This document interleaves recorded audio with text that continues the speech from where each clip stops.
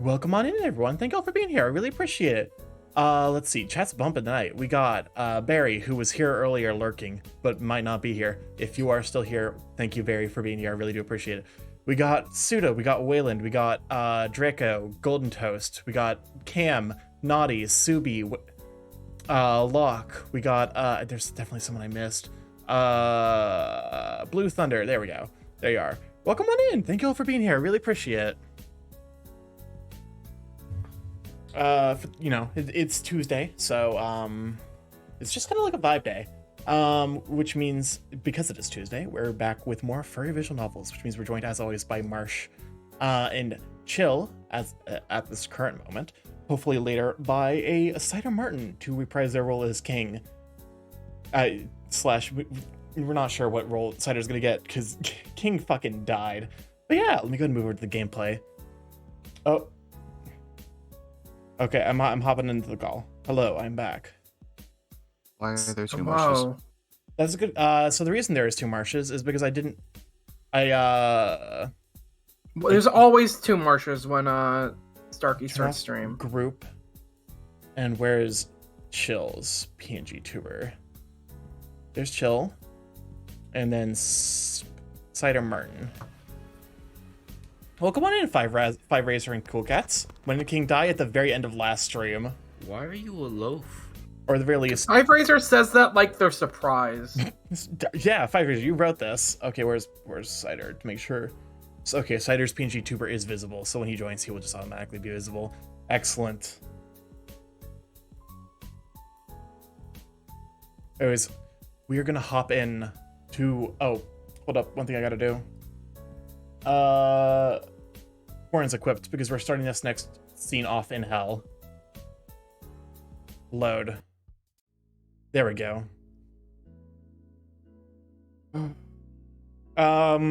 So what happened at the... You may want to share your screen, by the way, Burr. that is very fair. Slipped my mind. I feel like it's the days where I have the extra hour where I somehow become more forgetful. Because you're not alert. All right, well, come on in, Denver. Thank you for being here. Really appreciate it. All right. Yes, hopefully we'll be joined at some point by Cider. Whenever he is available. He's kind of hopping off of work immediately to join us, so. Last time, what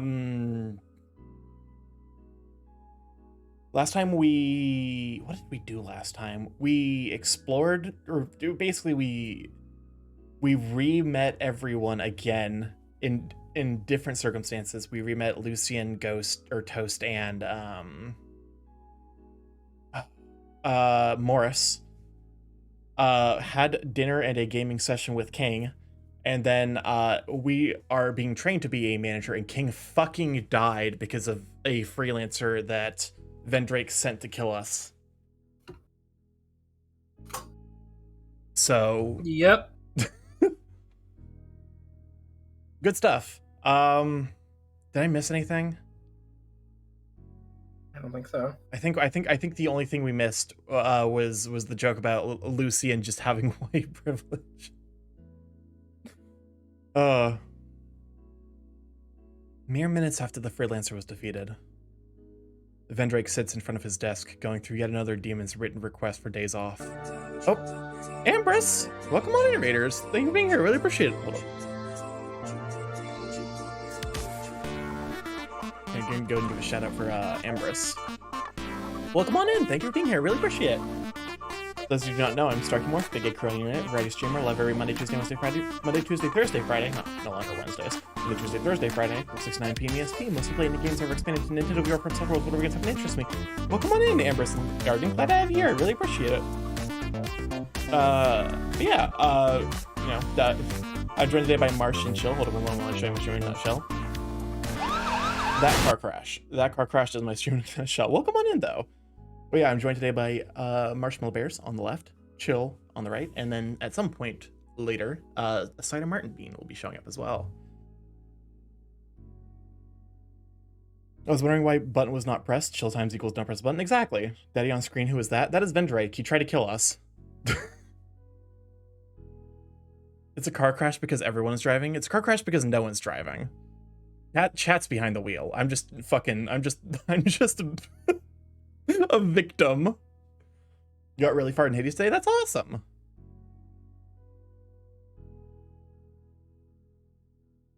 He shakes his head.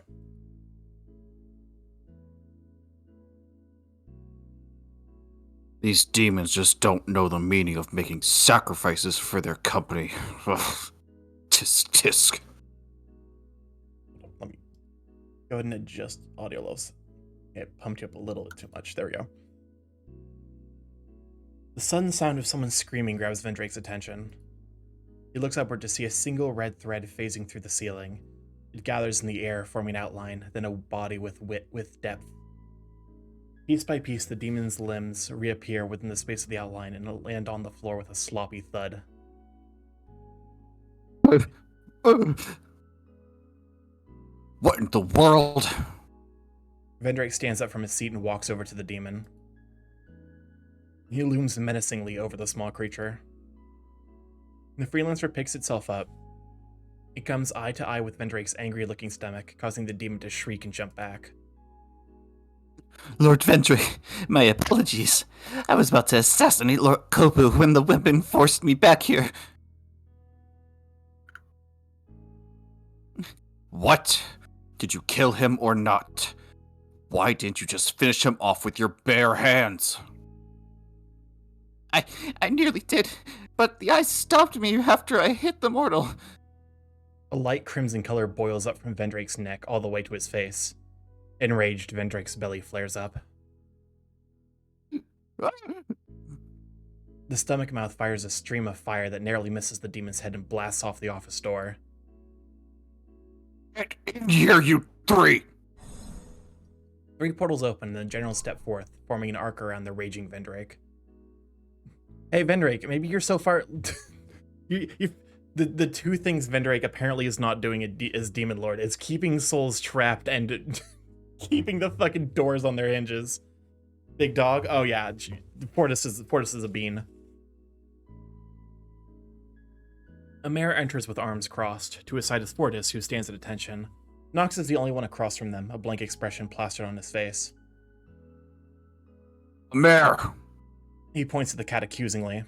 The cat demon simply tosses his nose in the air, barely making any eye contact with his superior. What? Care to explain why the weapon you made for the freelancer sent him back here where he can finish the deed? Omer rolls his eyes. Obviously because he triggered the failsafe mechanism. I got the alert just now. That dingback shot a mortal. Look, he's in here. One of the cat demon's floating hands conjures out a vinyl disc with King's face in the middle. It even has a title written on it, King of the Store. Vendrake crosses his arm in a huff. I feel like there's... Looks at the phrase King of the Store, looks at Five Razor in chat. There's meaning here, isn't there? I don't recall instructing you to put such a function in the weapon. I wonder if you had intentionally tinkered with the weapon to fail on purpose.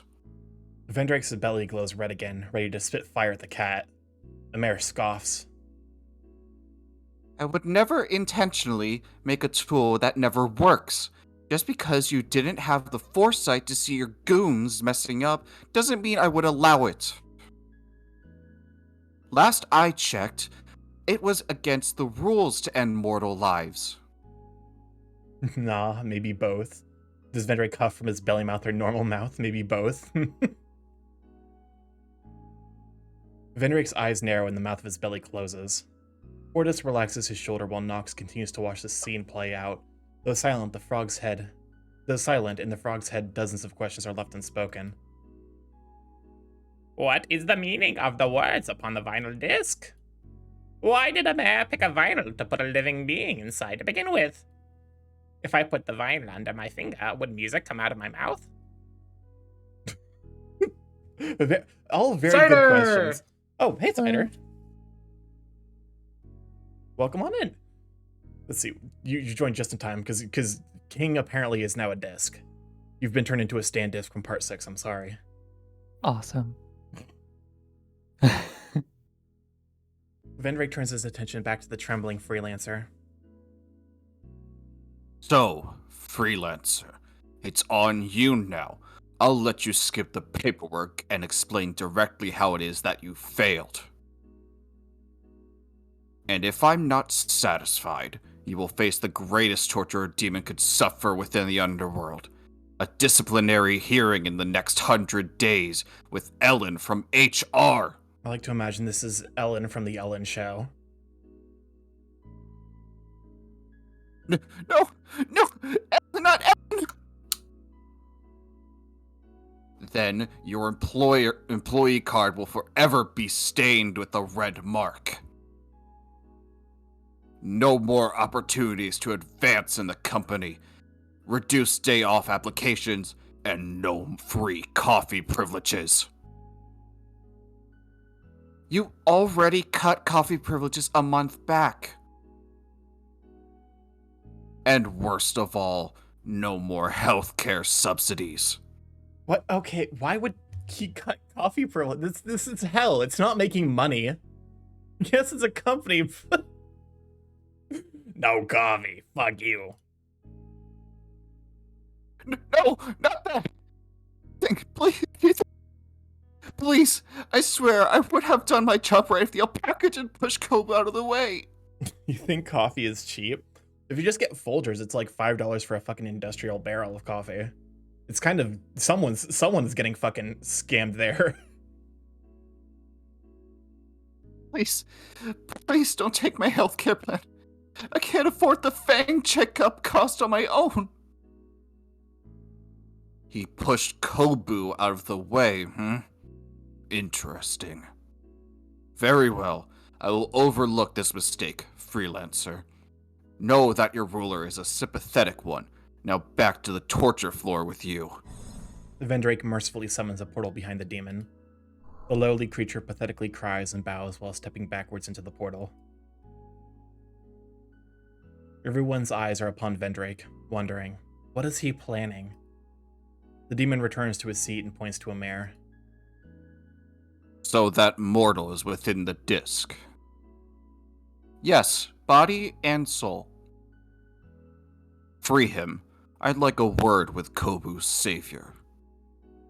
You can't do that! He'll see us! He'll see all of this! Living mortals aren't supposed to be here! Silence, Fortis. I wasn't speaking to you. For someone who's so insistent on fucking paperwork, you're willing to break the rules.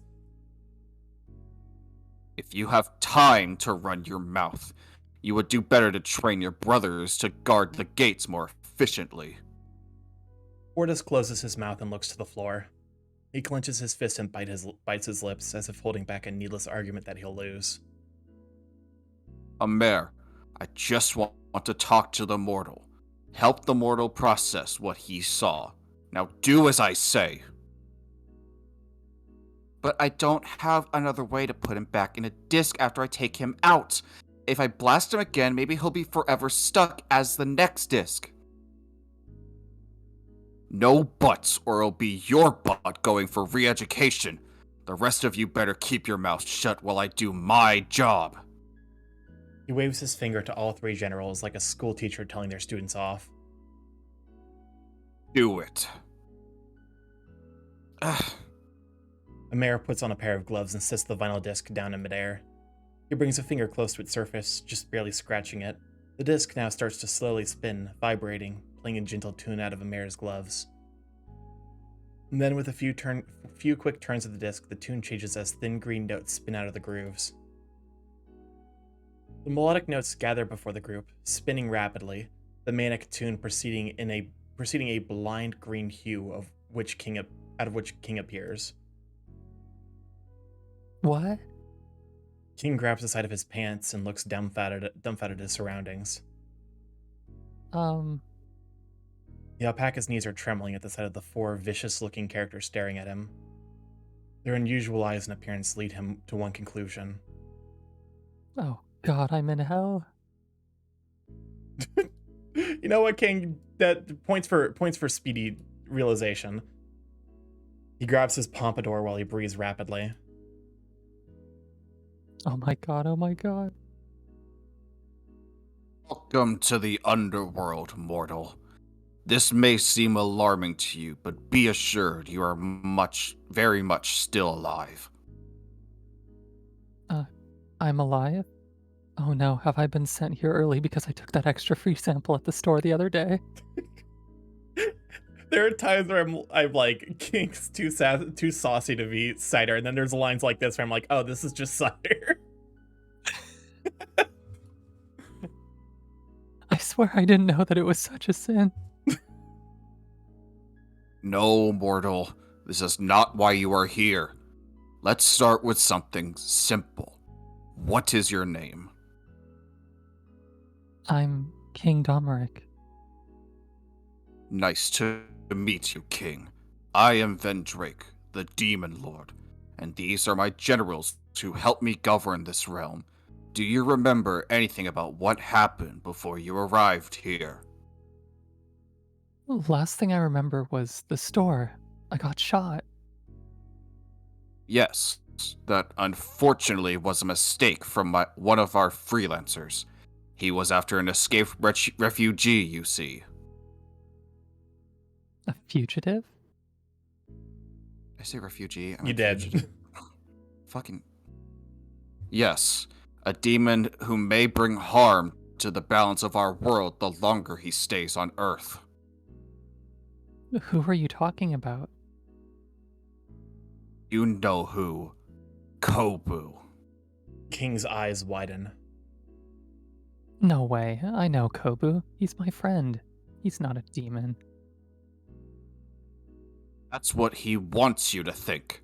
He's only using you to hide his tracks. Why else would he keep this a secret from you? Welcome on in, Polo Bear and Drift King. I think I missed you earlier. Welcome on in. Glad to have you here. Really appreciate it. How long have you known him? Can you really trust someone who's... Yeah. Can you really trust someone you've spent so little time with? I've known him for over a year. Welcome on in, Delos. Thank you for being here. Really appreciate it. A year. I forgot how quickly your kind expires. To him, a year is no different than a month. I mean, would people believe Kobu's the Demon Lord? That's kind of the good point. He's just a schlubby lion. Don't you think something is off? Why would you end up here talking to us, beings of immeasurable power? Surely you are not that in denial of the truth. And if he has convinced you otherwise, I wonder, what other lies he spun? King stands in silence, his hands falling to his side. Face it, your friend is a wanted demon. Both the mayor and Fortis shift in their positions. Nox remains unwavered and unblinking. He will say and do anything to avoid facing justice. But you can change that. You can help us. And in doing so, I can promise your standing during your time of judgment would be more favorable. King's voice is low and soft now. What are you asking me to do? I can send you back, King, like nothing ever happened. I just ask that you help me finish the job. We'll give you the tools you need. It won't leave any mess. With a snap of his finger, Vendrake conjures up a large eye, just like the one that shot King. The eye floats towards King and hovers just within his reach. King reluctantly grabs the eye and stares at it.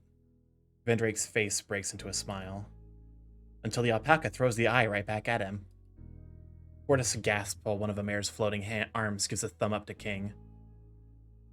The eye slides off of Vendrake's face. He slams his hand on the desk and abruptly gets up. Insolent mortal! You dare strike the demon lord! He reaches into his stomach and pulls out the golden scepter. Vendrake, what are you fucking playing? With a wave of the rod, the desk flies into the air and crashes right at the office entrance, blocking any hopes of escape. Vendrake stomps forward and aims his scepter at the alpaca.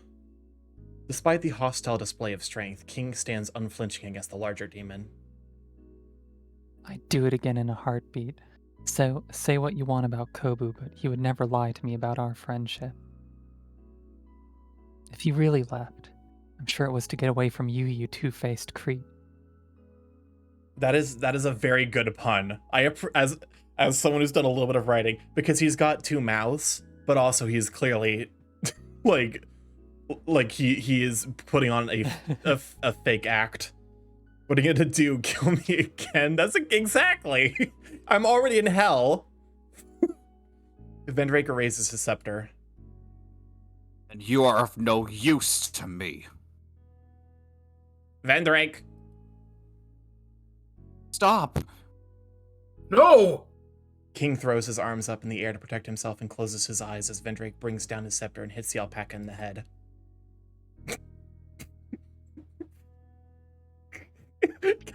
I need to run that animation back. He just bonked him. Oh my god. Nothing happens. What? Why isn't it working? Reveal your secrets. Get bonked, no horny. Oh my god. He's like a spray bottle to a cat. Exactly. He smacks King in the head 2 more times. All it does is make the pompadour bounce about. Quit it. King smacks the scepter away. Vendrake turns to Nox. Why isn't the spell working? I should be able to see his life history. He is not dead yet. That can be arranged. Vendrake menacingly steps closer to King, who in turn retreats slowly, never taking his eyes off the demon. This is enough, Lord Vendrake. Vendrake stops. Delivering death is beyond your jurisdictions. Vendrake growls at King. You will regret crossing me, mortal. Fortis! The large demon dog stands upright. Seized him! Fortis raises his arm and points at King. He steadies his breath before 2 small dog markings slither across his arms. Like bloodhounds after their prey, they fly out and wrap themselves around King. King recoils to the touch of the black appendages. They grip him firmly, making him lose his balance and fall to the ground. You won't get away with this. I have rights. Kobu will find a way to save me. Silence him. The shadowy binding extends up to King's mouth and subsequently gags him. Do you want me to send him back to Earth? Yes, but not now. Our laws state that he has to go back, but nothing is written about when that happens. What are you planning, Vendrake? Vendrake points at King once more. So you really believe he will come and save you? Well, dear boy, let's see him try. If he lives long enough to even do so. Firmly grasp the rod. God damn it, Chad. Vendrake walks back to his seat and summons the death to its original place. Lock the mortal up somewhere, Fortis. See that he is taken care of until Kobu is dealt with. Where exactly do you think I'm supposed to put him? We don't build dungeons for keeping living mortals. Just stuff him in the pantry for all I care. Figure it out. Fortis scowls but remains silent. He walks over to King's squirming form and throws the alpaca body over his shoulders. This is increasingly becoming an isekai. In another world's pantry closet, trapped in another world pantry closet. Yo, isekai writers get on it. It was already an isekai. Wait, what? Kobu came to the living world. That's an isekai. Okay, fair. King didn't mean Truck-kun, though. Truck-kun has fallen off. Truck-kun isn't taking anyone to isekai worlds. It's technically a reverse isekai. This is isekai flip-flop. But who was isekai? Was it King or was it Kobu? It's isekaiception at this point. They both got isekai'd. Well, when are we getting? Okay, this is actually a good point. When are we getting the fucking the like parrot trap of isekais where they just swap places? You have the normal protagonist, like the normal dude who's forced to fight the demon lord, and then this overpowered legendary hero forced to survive in modern day Japan. I think you're reading it. Okay, you know what? That's a very fair point. This is an isekai if the worlds are connected. Oh god, we're not gonna pull up the fucking isekai alignment chart, I swear to god. Isekai top bomber switch. Oh, he walks over to King's squirming form and throws the alpaca body over his shoulder. Starkey Devil part-timer sort of halfway there. Yeah, that's halfway there, but we need the equally absurd opposite story where this regular guy just has to fucking survive Monster Quest ass like demon lord fight. And he's surrounded by super OP people, and he's just a guy. He's just trying to survive.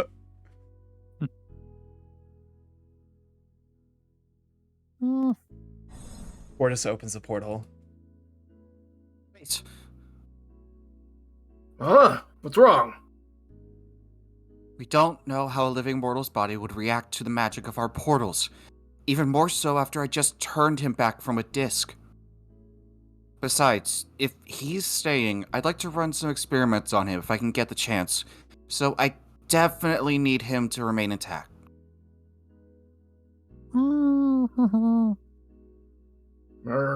Let's take a rain check on that, Amer. But sure, long way it is then. I feel for King here. If I was kidnapped by demons and they use the word experiment, I'm fucking screaming. Mortis walks out of the office with King hanging from his shoulder. So, are we done here? For now.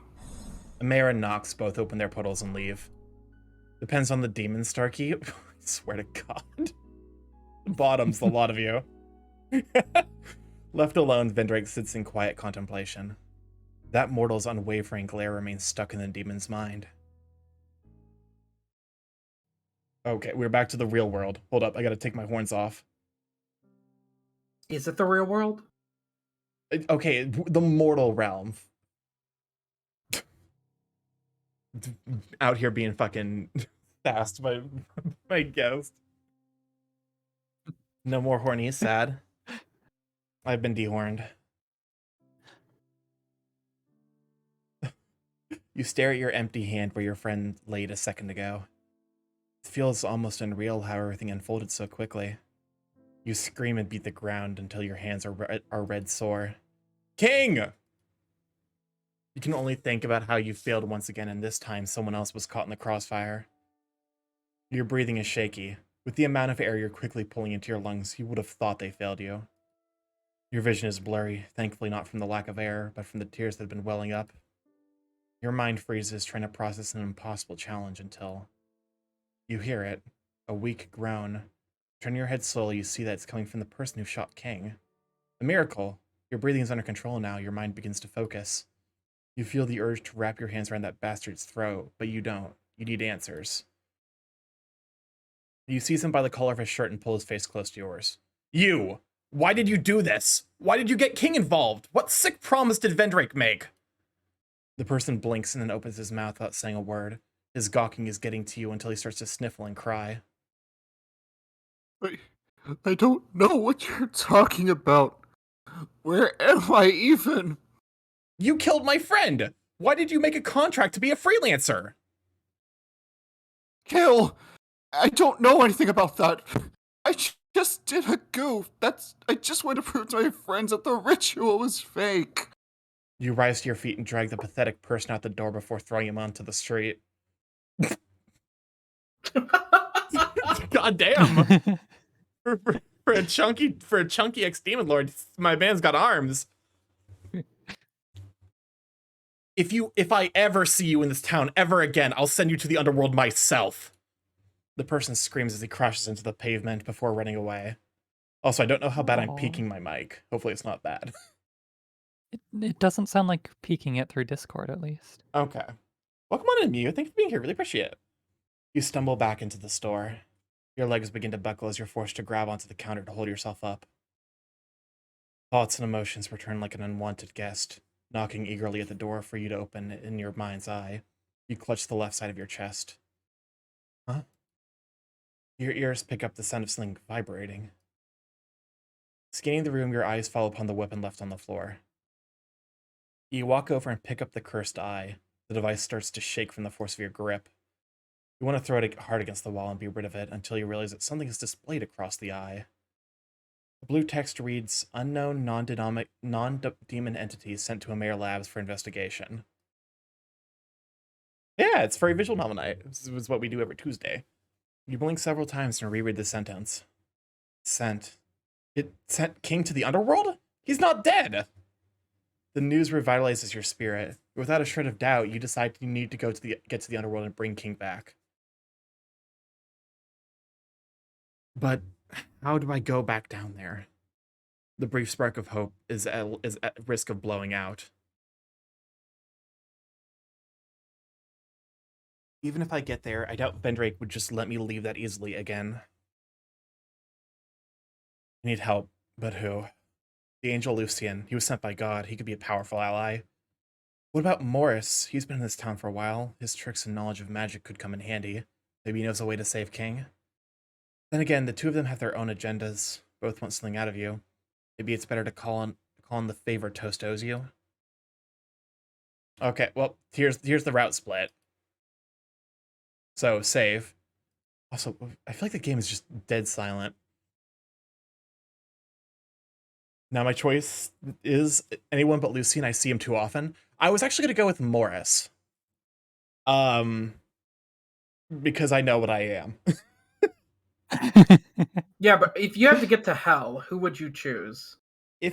If my goal I here think is Morris would know the way. if Morris is the most likely to know the way to get. To be fair, Morris Toast is the most likely to know the way to get to hell, from the living realm. Morris is the second most likely. Lucian is probably the most helpful if shit goes down in hell, which it certainly is. Morris being second most likely. Toast is kind of unreliable. I was gonna go with Morris just because I like his character the most. And his character design. Morris could help Kobun how to get stronger? Yeah. Well, lengthwise, Toast and Lucian are longest for now. Morris will be updated this month on Patreon. That's just a technical aspect? Okay. His design. Okay. I will need to... Shoot. I choose Morris because he's the most helpful with his assets.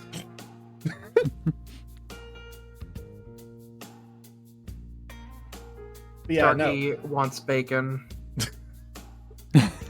Welcome on in, yeah.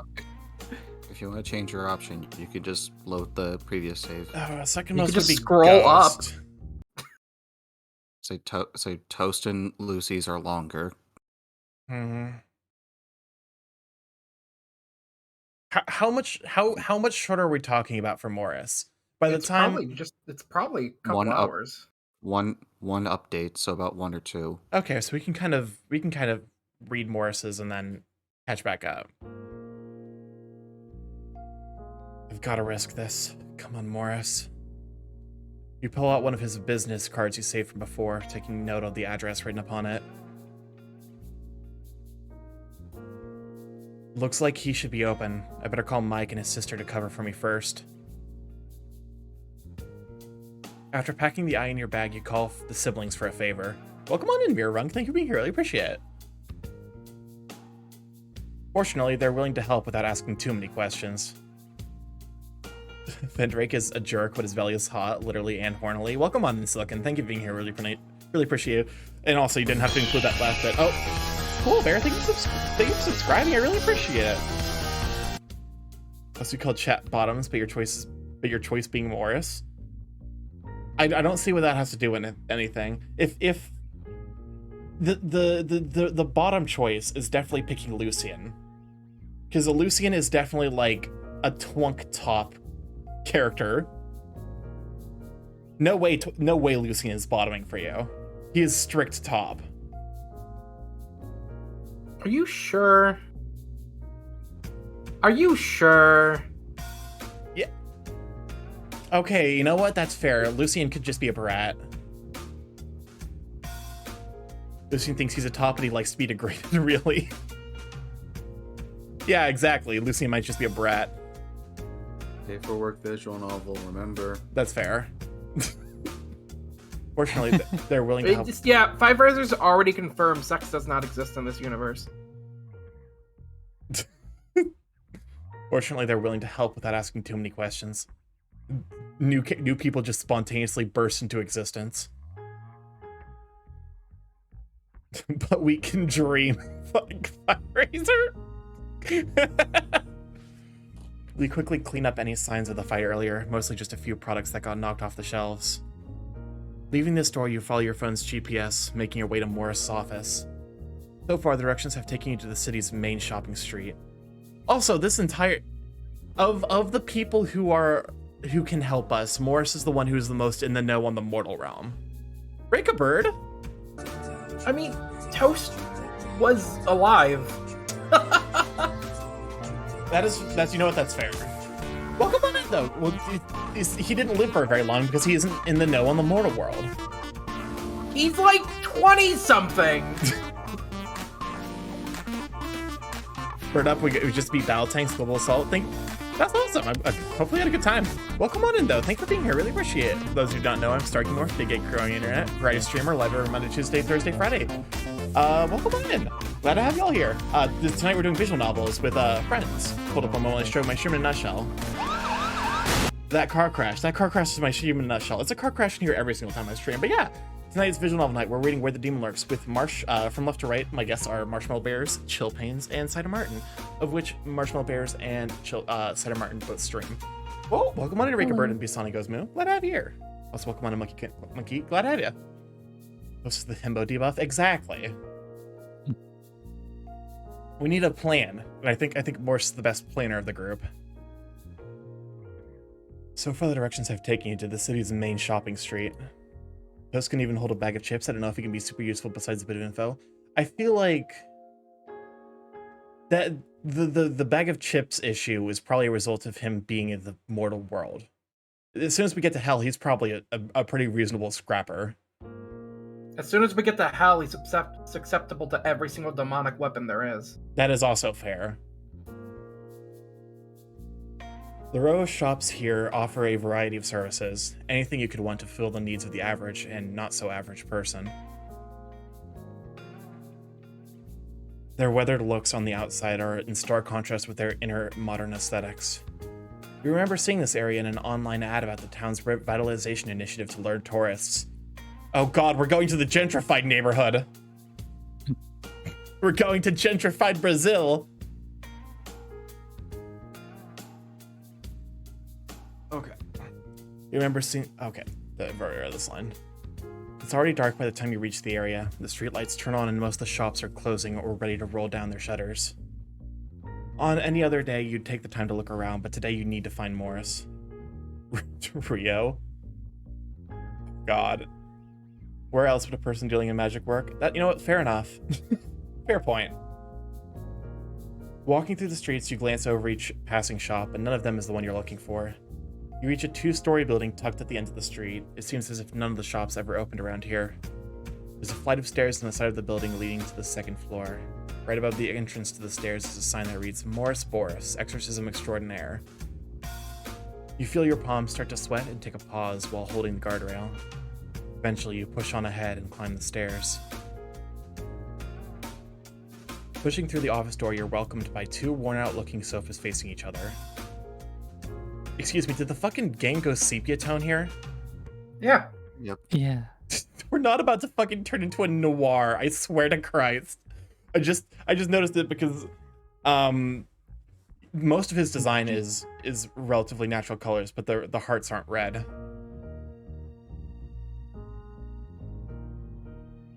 Across from them you find Morris sitting behind his desk. He's too busy tinkering with the watch to notice you've entered the room. Come on, really? I could have sworn if I replaced the battery juice, it would have worked. Maybe it's made of something else. I can taste the film grain. Morris is smoking from a pipe, I swear to God. Morris? Ugh! He practically leaps out of his seat when he notices you. Morris quickly puts on his watch and stands up. Why is it so brown in here? God damn it. You can't just ask people why it's so brown in here, Kobu. February, that's why.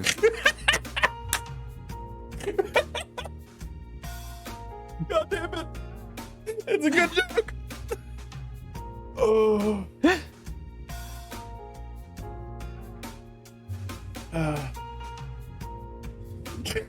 Kobu on Black History Month. It was like, oh, what was the fucking movie? That, like, it was the first day of February, and I was like on Twitter, and I noticed Hard R was trending on Twitter, and What? there was a movie that was. What was it? No, it was the Wolverine game. It was Insomniac's Wolverine. Oh, that's right. It was Insomniac's Wolverine, where they're like, yeah, we're going for a hard R. And Twitter ran wild with it because, wow, they really didn't think through that wording. Oh my God. Oh. Why is it so brown in here? I I'm late on my electric bill. Don't think too much about it. It's only temporary. Kobu, did you get lost shopping around here? It's no longer a normal art. Oh. He notices your exasperated eyes and looks at you more seriously. Kobu? You remind yourself not to reveal too much. You just need his help to get King back. Saw TikTok about Arby's being woke at the end of it. It said, Arby's, we have the reparation. No, that was a deep fake. That was a deep fake, because deep fakes have gotten really good. There was one about the it's like the one that made the rounds that the like, Burger King, you can fuck this burger. Our estrogenizing burgers will give you massive tits. They did one for Arby's. Morris does have good reactions. I'm a big fan of Morris. I need your help. There was an attack at the store. And by attack, you mean... A demon Kangman shot King. Whoa, what? Morris walks out from his desk. Explain it to me from the top. Here, take a seat. You both move to the sofas to talk. Feeling the soft cushions against your back almost startles you. The tension from earlier battle has yet to run its course. Morris takes out a notepad and pen. What's with the demon in the shop? You avoid looking at the boar as you answer. The demon was sent by the demon lord of the underworld. He was supposed to go after me, but King took the blast to save me. Demon Lord? The legit ruler of the underworld, Demon Lord? How the heck did you piss him off? Welcome on in, Akami. Thank you for being here. Really appreciate it. You look up at Morris. I just messed up when I was younger, that's all. Let's just say I insulted his honor. Wow.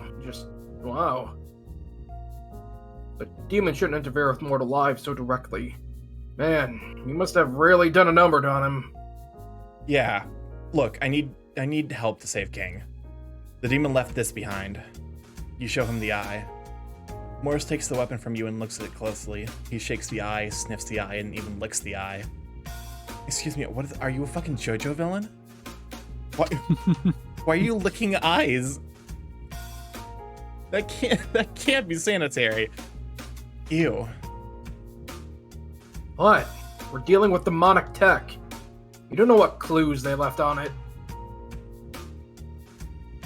He returns the eye to you. You slowly grab it, taking note of where he licked it. The message on this thing is pretty clear. They sent King to someone's lab in the underworld. Please tell me you have a way to get there. I need to bring him back. Oh, come on. Oh, I guess Katz was here from the beginning. Think of the stretch and the height. Cats.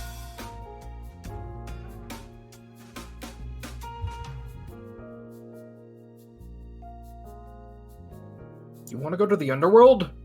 For one thing, that's near impossible, unless you know how to get there without dying first. God damn it. Second, you'd be up against an entire horde of demons. Are you really willing to risk your life for this? Your eyes narrow and lock onto Morris's. King matters to me. I'll do whatever it takes to bring him back. Morris's eyes widen. He leans back against his seat. He watches you while tapping his pen against his chin. Your ears twitch to the sound of the old fan spinning above you.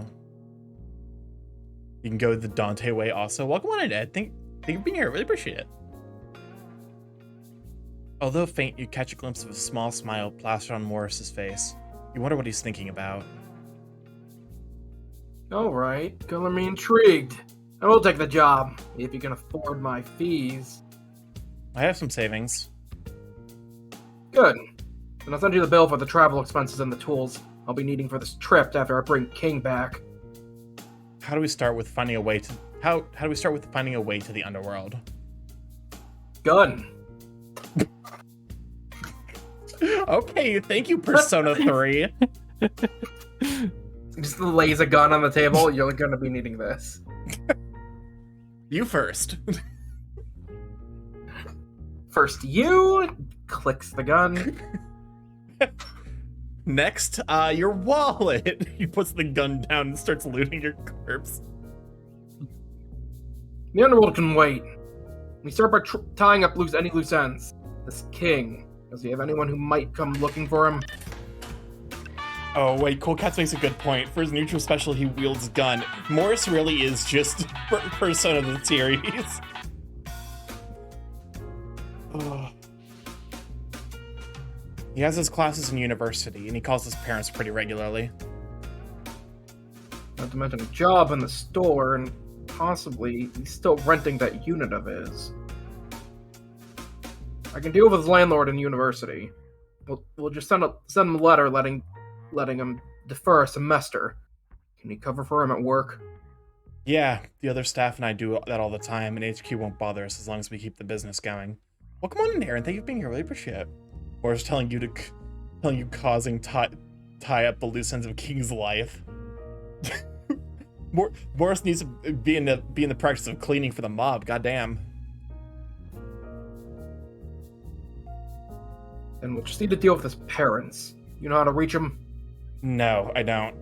But maybe he has their contacts saved somewhere in his home. Then that's where we have to check. Right. Morris tucks the notepad in his shirt pocket and stands up.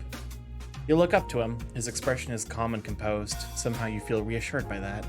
Are they gonna kiss? What the hell? You're supposed to kiss the homies. He gets up and just gently gives Kobu a peck on the cheek and walks away. Kobu's like, what the fuck? Excuse me? Pardon me? Morris Why? is just like protection ward. Say less. Hi, Wayland. He places a comforting hand on your shoulder. You live nearby? Yeah, my apartment isn't too far from here. And I'm escorting you back for now. What about King's parents and finding a way to the underworld? You stand up. You are in no shape to do any of that. You're my client now, and that means I gotta make sure you stay alive long enough to get me paid. Also, I charge by the hour. Also, the ticker is always running. King's life could be in danger the longer he stays in the underworld. If the Demon Lord wanted King dead, he would have already been dead. There's no reason for him to capture him. Remember, what he wants is you. I'm sure he can figure out that you and King are connected somehow, and he would use that against you. King is more useful alive to him than dead. You try to process what Morris is saying, but you're too tired to come up with a counter-argument. So go home and rest. Besides, I need to set up some charms so at least you don't get attacked while you sleep. You sigh and droop your shoulders. Maybe you're right. I know I'm right. Now come on. We'll even get some pizza for tonight. You're paying, of course. Ugh. With that, the two of you head back to your apartment. It feels like time slows to a crawl as Morris follows you home. Your mind is unable to focus on anything but him watching silently. You think about starting a conversation with him, but all the words stack up, then topple over like dominoes before they leave your mouth. As such, silence is the only thing that accompanies the two of you before you reach your unit. Hi, Soupy. Neat place. Pretty cozy. Bitch, you're driving, you pay for the pizza. Thanks. Your room is still a mess since the night you left to sleep over at King's. A pile of washed yet unfolded clothes lie on top of your unmade bed. Excuse the mess, I'll clean up first, just sit wherever. Take your time. I'm just gonna set up some charms. Wait, what charms? Protective charms. I'm setting this place up to make sure no demons try to attack you in your sleep. He produces a stack of yellow papers, a vial of red liquid, and a brush from his suitcase. His lucky charms, of course. Is Morris secretly the leprechaun from Lucky Charms? That's your exorcism gear, I presume. Yep, basic charms and blood ink. Excuse me? Blood? Yeah, the blood of the innocent. Excuse me?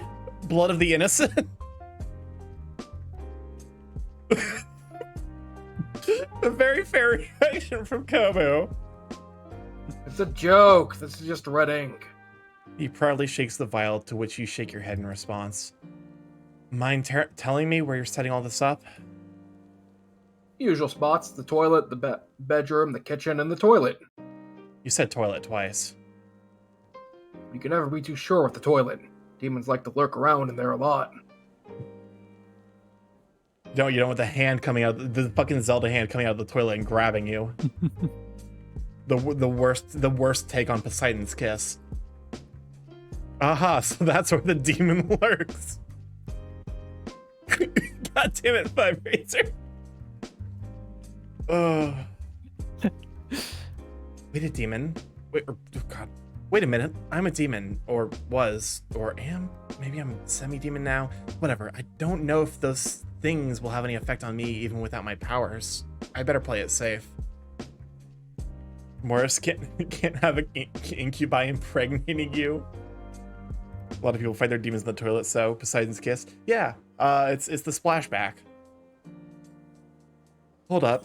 You can't stick these in my unit. Excuse me?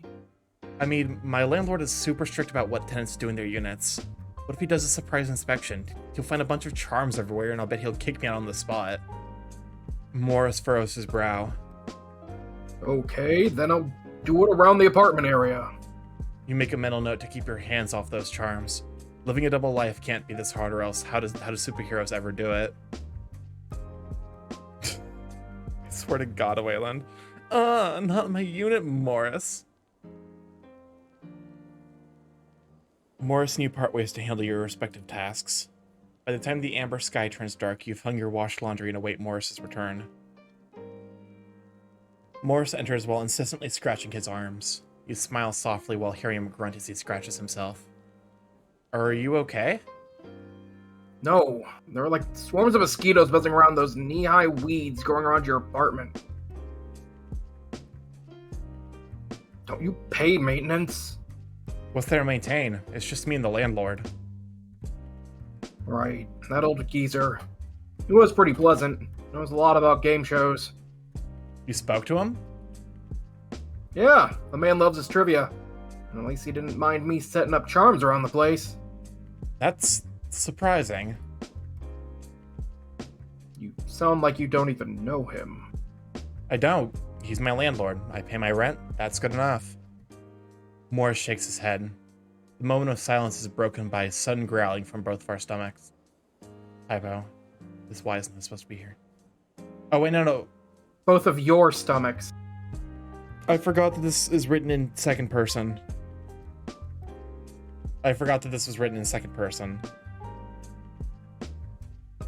So, because if it was written in third or first person, it would be out. It would be out. If it was written in first person, it'd be ours, but this is written in second person. So your is correct here. My bad. You hungry? I just haven't slept enough. I got like 3 hours of sleep last night. It's good. Well, then go to bed. What, but I'm streaming. Where's Starkey's end stream button? It doesn't exist. Fuck you. Morris bursts into laughter. Looks like our gas tanks need to refill. Let's get some grub. You sheepishly nod, your stomach empty. Your empty stomach offers a decent distraction from the day's worries. I won't say no to that. I'm beat. Both of you take a seat around the coffee table. You mentioned pizza earlier. Yep, part of our contract. You get the honors of handling the food costs while I'm on the job. Ugh, I feel my wallet crying. Relax, I'm not gonna bleed you dry. Just barely. Morris is like, I'm a lamprey eel, not a fucking vampire. A little bleeding.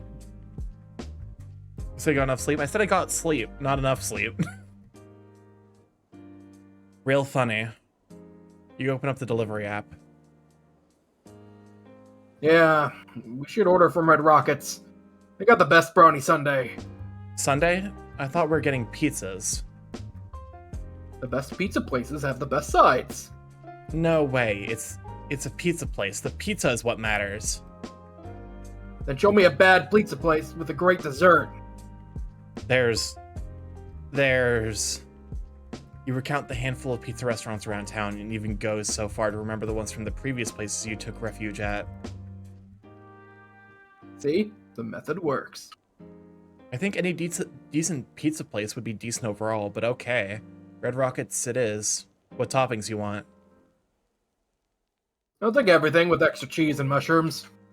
Then I'll toss in some pepperonis on that pie. Dessert, don't forget it.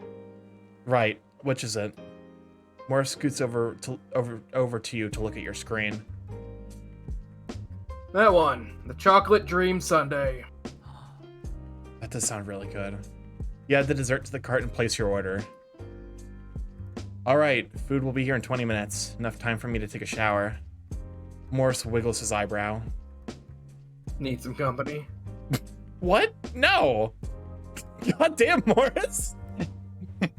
Wiggles eyebrows.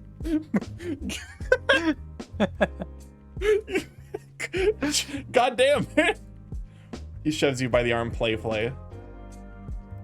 It's just a joke. Wouldn't you mind if I took a shower after you? I'm starting to smell like a, well, you know, like me. Now that you've mentioned it, our combined funk is no joke. But I don't think I have any clothes that'll fit you. It's all good, I came prepared. Pissing all by yourself, Hanson. I swear to God. I hate that that's a channel meme now. He's a full You're the one service. who made it a thing. It's in your button redeem. Yes, but I You're didn't the think one it who would added take it off that there. Yeah, but I was like, haha, funny piss lady. But everyone's like, oh, she's the piss queen. And I'm like, Chat, are you okay? And they're like, don't question us.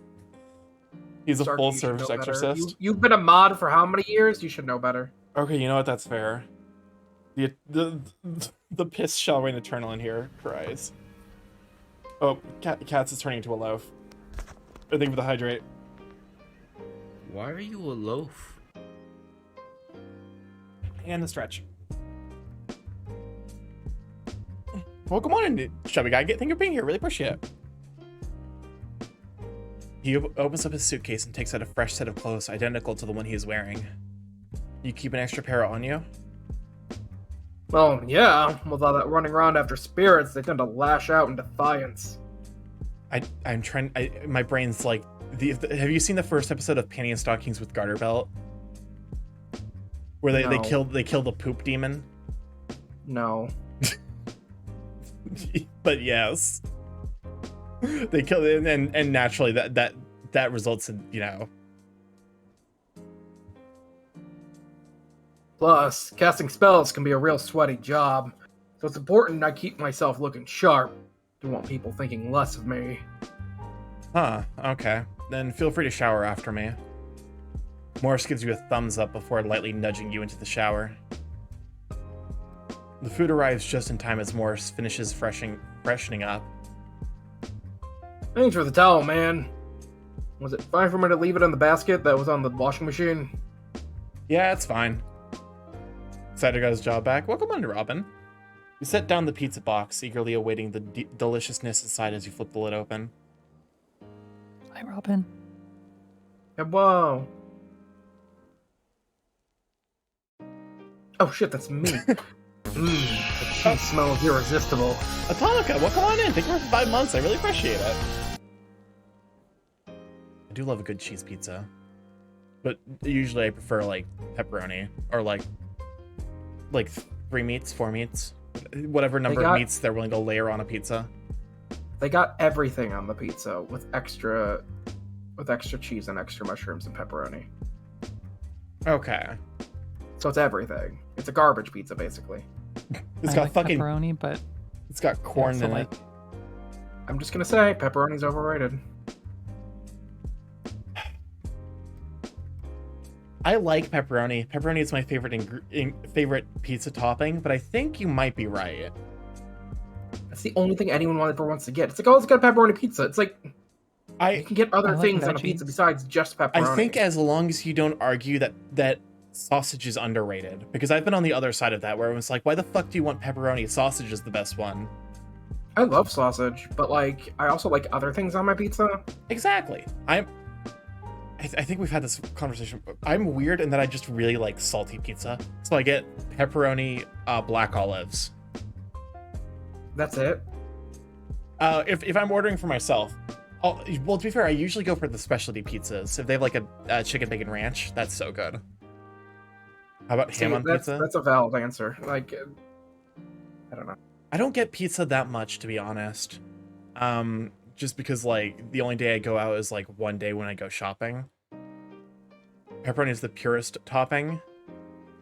I think I like to put garlic on my pizza. I also like to put garlic on the. Who doesn't put garlic on their pizza? No. If you're not putting garlic on your pizza, you're not doing pizza right. I think yao means like whole pieces of roasted garlic. Yeah. I like. If garlic is an option to put on your pizza, put it on your pizza. I love pineapple because it makes people angry. I'm right there with you. I've never had pineapple pizza. I just take whatever side pisses people off. It's good. It's really good. People eat pizza and garlic. There was a mod pizza place where I used to live that had roasted garlic. So fucking good. It made my stomach upset every time, but worth it. God damn it. Fuck, now I want pizza, but I already went out and ate today, so fuck. I like jalapeno on my pizza. I like it hot. Jalapeno on pizza is pretty good. I'm not a huge fan of banana peppers on pizza, though. Oh, me neither. I'm not a big fan of banana peppers in general. Feta and Kalamata olives for me. Ooh, that's a Greek pizza. That sounds quite good. And the worst vampire lookalike. Just read the pizza merch. It says Fire Razor. Read the pizza? Read, not breed. That's what I said, read? Yes. What do you mean read the pizza? I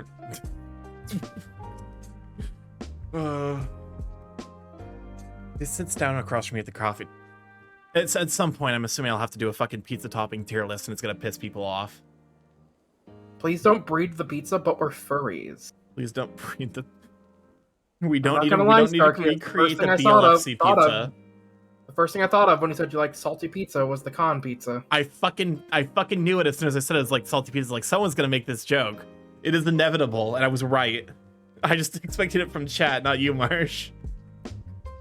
Remember the furry pizza party? Yeah, Starkey was there. Please keep the pizza boneless. Oh my god. Sits down across from me at the coffee table. Wait a minute. Is that pineapple? We're never gonna escape. This scene is eternal. Oh no. Oh god damn.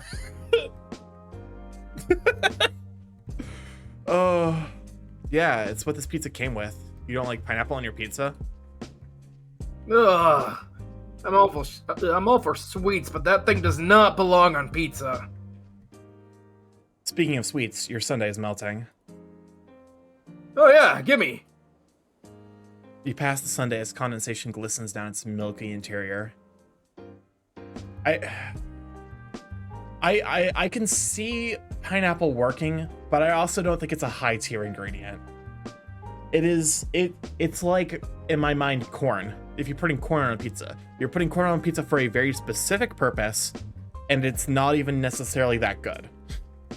It's not playing to the strengths of pizza, but I think it can work. I'm also someone who's argued that you can put bananas on a pizza and that will work. So I might just be a sociopath. I don't think Starkey is a authority on pizza. What are you talking about? I'm the resident authority on pizza. Otherwise, why? How otherwise, Italian are you? Are you from New York? no. To be Well, fair, then- I take the New York side. New Yorkers agree with me that fucking Chicago style deep dish ain't pizza.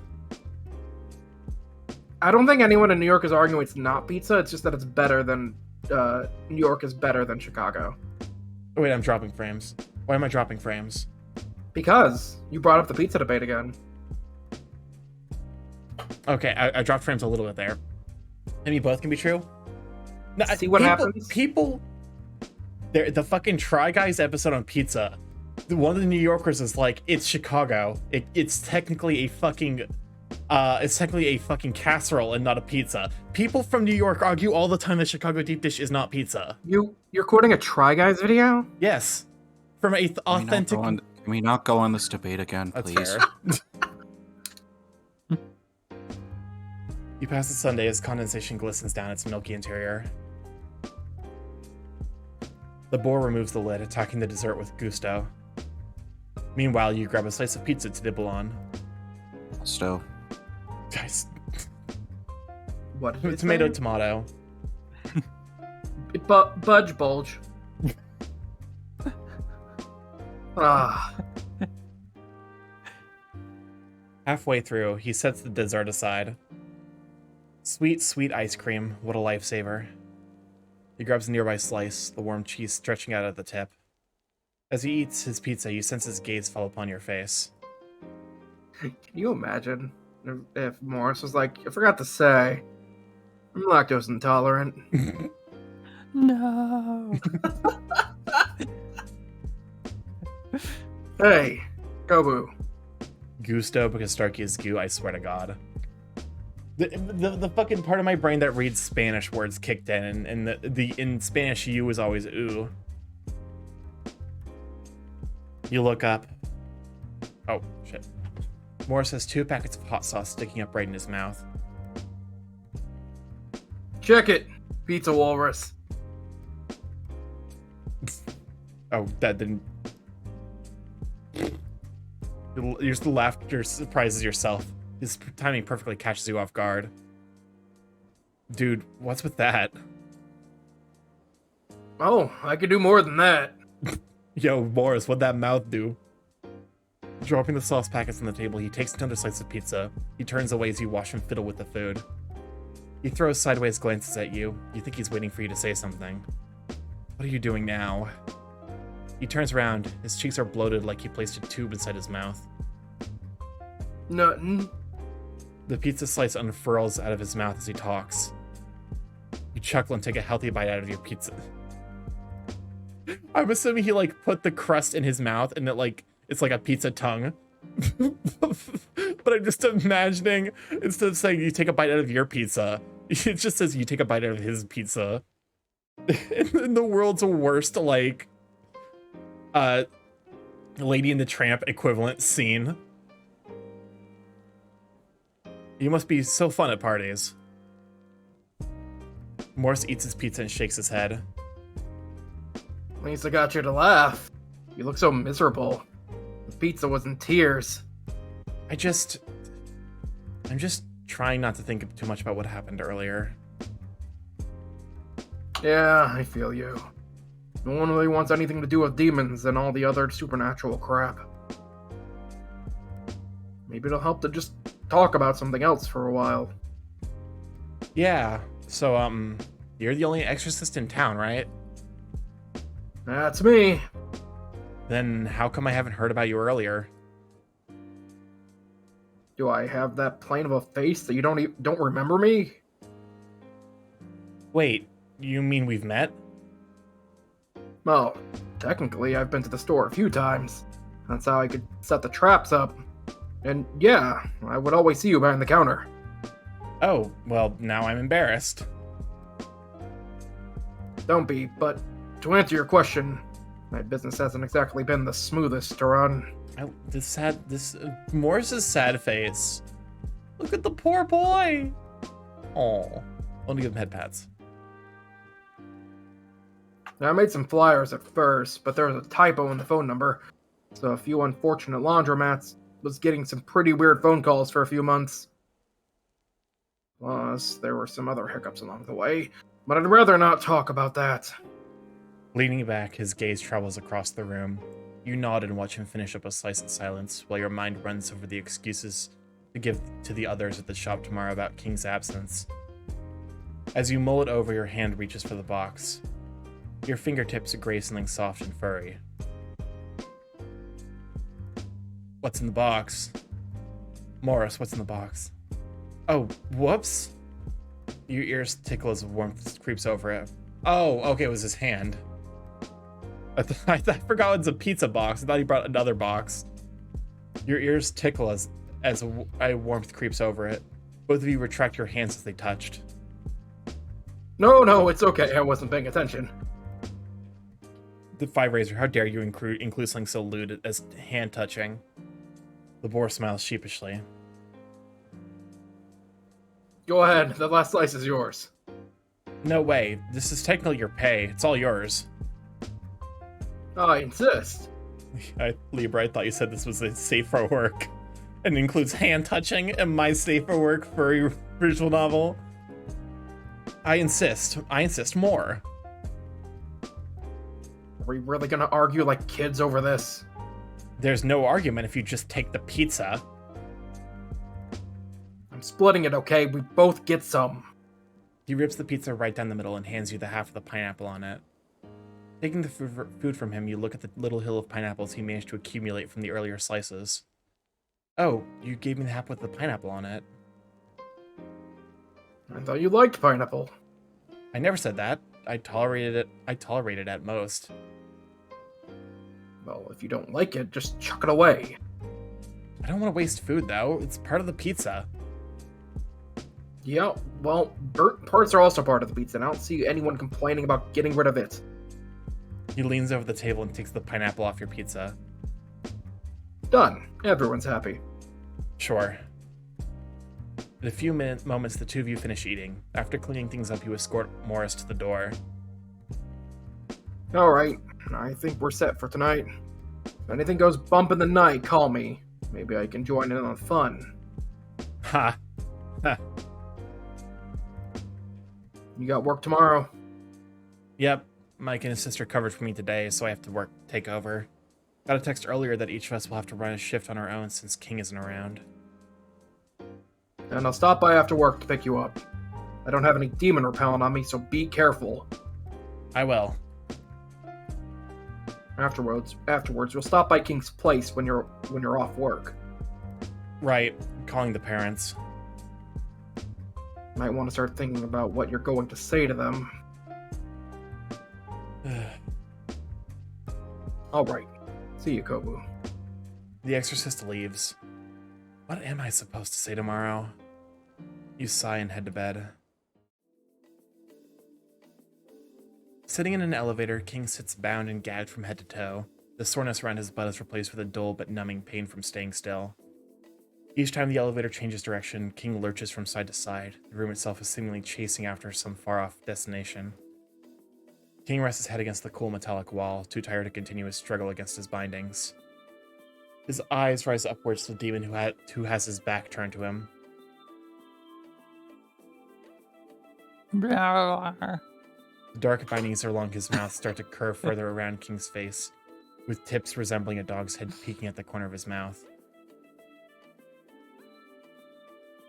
What? Bro, he says you have a nice ass. Boris looks over his shoulder and flashes a smile. I just noticed the fucking elevator music here. It's elevator ass elevator music. This would have been an opportune time for that like one really generic elevator music. The really like low filter one. I think I Hate Everything uses it as like their theme song or whatever. Boris looks over his shoulder and flashes a smile. Thanks! Glad someone noticed the effort I went into training my glutes!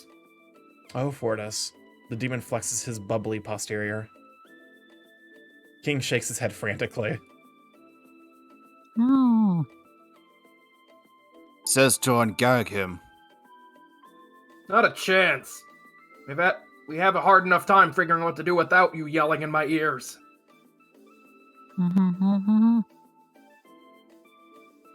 Dude says he won't talk much. He just doesn't like me stuffing his nose. Hey, that's mean. Oh, I just realized Cage is the snake's spirit thing. I think it's Kage. Kage? Okay. Well, that's fair. Welcome on Inscribe. Thank you for being here. Really appreciate it.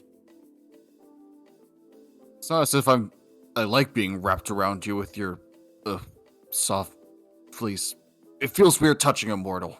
Oh, okay. So Kage is a tsundere. Fortis turns around. Just ignore him. He can't do anything to you. Mm. Bro, he says he's going to lick me. Ew. Relax, that's nothing.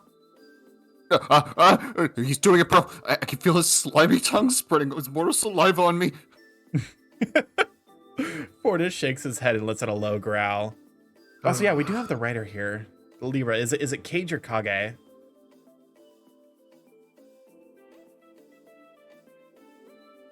I think Kage, doesn't Kage mean pact in Japanese, which would fit in with the demon? That would make sense. It was Kage. Okay. No, I don't know. It's Naruto Hokage. Hokage? Hokage? I believe it's called Go-Go Dancer in English. It's the Hokage. That time it was because of that Prince and Kage anime. Prince and Kage anime.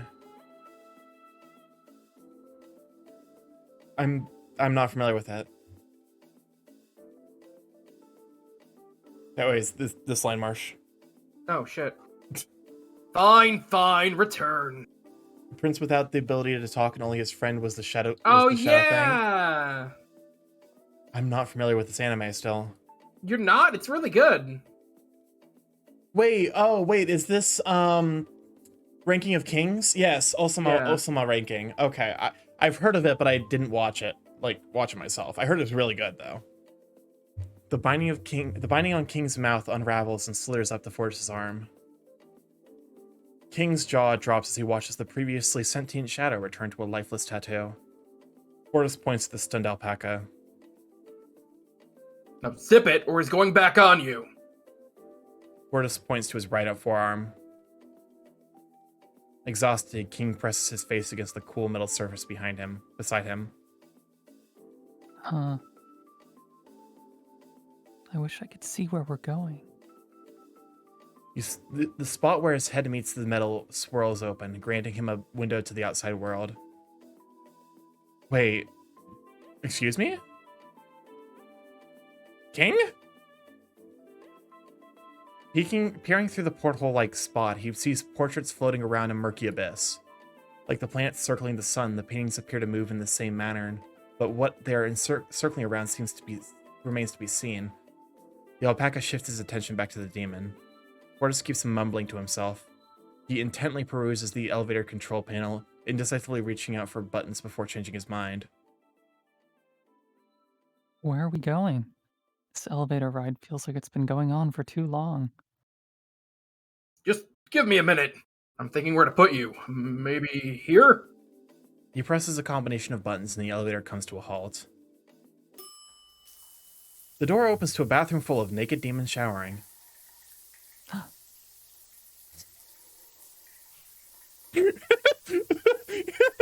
There's something about this fucking scene.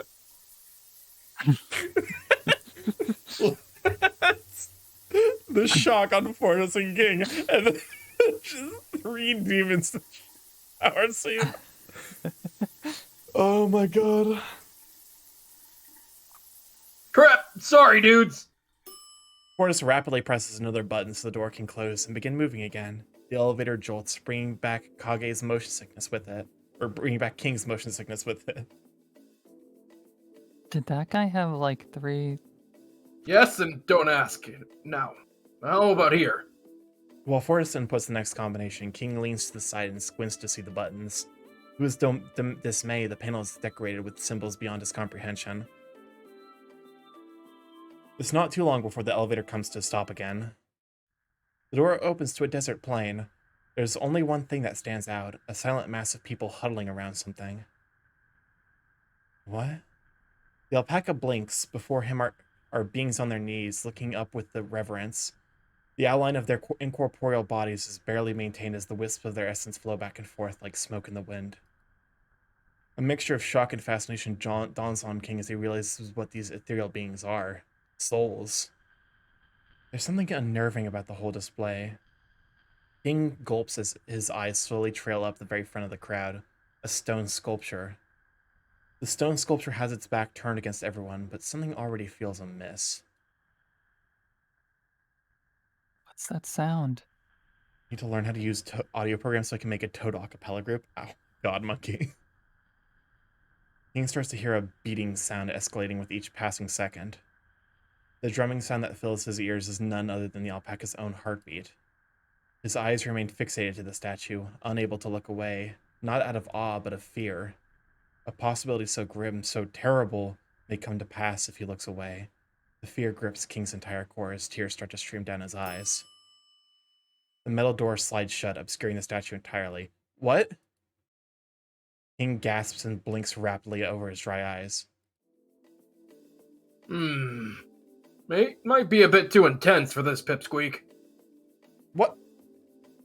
What room was that? It's one of the mildest physical torture chambers. Thought it could work for you. What was that thing? I couldn't stop looking at it. Yeah. That'd be the demon Akios. You don't want to find out what happens when the souls stop looking at him. What in the world made you think that would be a safe place for me? I don't know. Akios seems pretty popular with mortal souls. Your kind can't seem to take their eyes off him. I don't think those souls have a choice in the matter. I feel like there's a joke here I'm missing. Fine, then I'm using plan B. Think of the SCP. So I'm imagining SCP. I'm imagining Peanut, the SCP-173, but I feel like Akios has like a meaning. Weeping angel.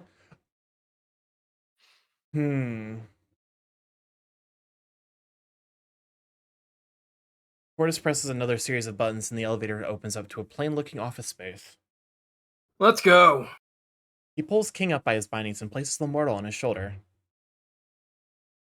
Being carried away by a big, strong man would be more fun if I wasn't being held against my will. Fortis walks across the room and pulls out a pair of keys to open the pantry door. God damn it, I love the animations sometimes. I need to see that again. I just need spinning King played over the fucking shooting stars meme. Do do do do do do. It needs like wind whipping sound effects. Once inside, he drops the alpaca on his butt and locks the room. Ow, if you're trying to bruise my peaches, you did a good job. Fortis extends his hand out and the bindings unravel. King gets up and scans the area. The place looks like an average-looking pantry room, down to the distinctive smell. Well, Vendrick said to stuff you in a pantry, so here you are. I'm not getting paid enough to not getting paid enough to be looking for rooms. I just realized how powerful King is going to be in this location. King, the chef, being placed in a place with food, is about to fucking turn the entire demon war. You're going to have to nerf King in the next update. If you need a toilet, it'll be the door next to the sink. Over there's the coffee machine. Fortis goes on, but King is lost in his thoughts. His eyes fall upon the key ring dangling out of the demon's jacket pocket. Oh no. What's up? Sorry, I saw something about Tears of the Kingdom. Oh, Continue. okay. With that key, he could escape the pantry and make a run for the elevator. He could go home. He could warn Kobu that Vendrake's coming.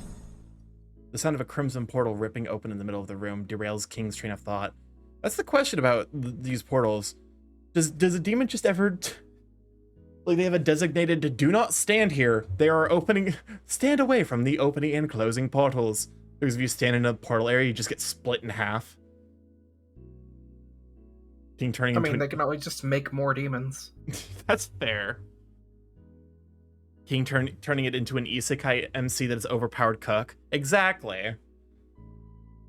The sound of crimson portal ripping open in the middle of the room derails King's train of thought.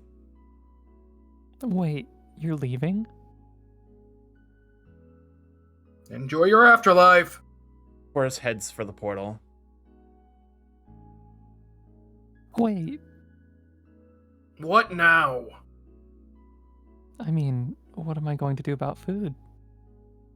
Like I said, just eat whatever's in the fridge. King walks over and opens the fridge. He instantly reels back. Is that moldy cheese? And oh my god, there's an eyeball in that container of leftovers. I can't eat these. Fortis rolls his eyes. Come on, food is food. It's not like you're trying to build muscle or anything. I'm assuming this is like a text. Ping pong ping. Hello? Hello? Can you guys hear me? The cat general's voice comes clear through the PA system. But Mayor? That sounds like the voice of that demon with all those arms. Why is he making an announcement here? Yeah, I can see you guys on my monitor. Figured you'd bring him to the pantry. This is basically the only place that's not torture. Really? How'd you even know I'd bring him here? Simple. I infer that you'd either take Vendrake's words literally, or you'd realize that there was no safer place for him but here. Was the plan to bring him anywhere else than the literal pantry? Is putting them in a pantry of the turn of phrase I'm not familiar with?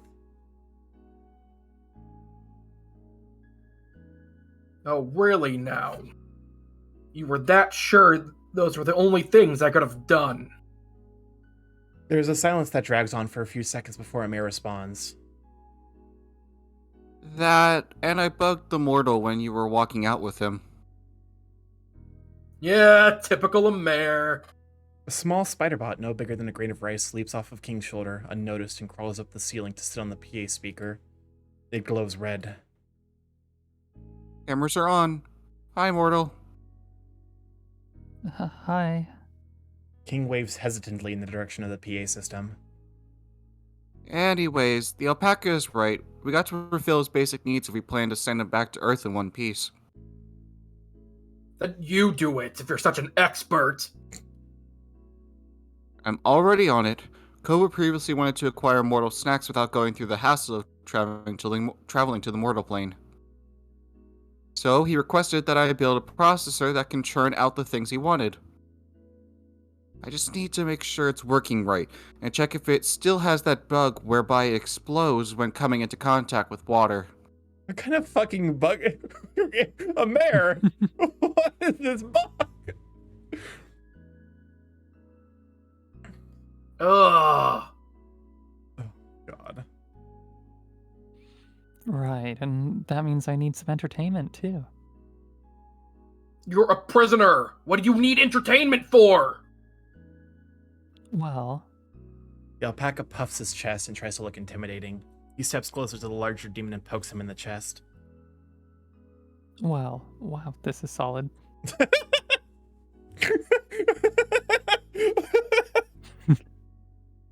That's such a genuine response.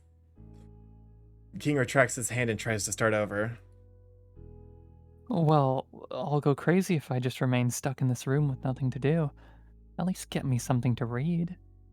Fortis huffs and growls. Ugh, fine. Then read this.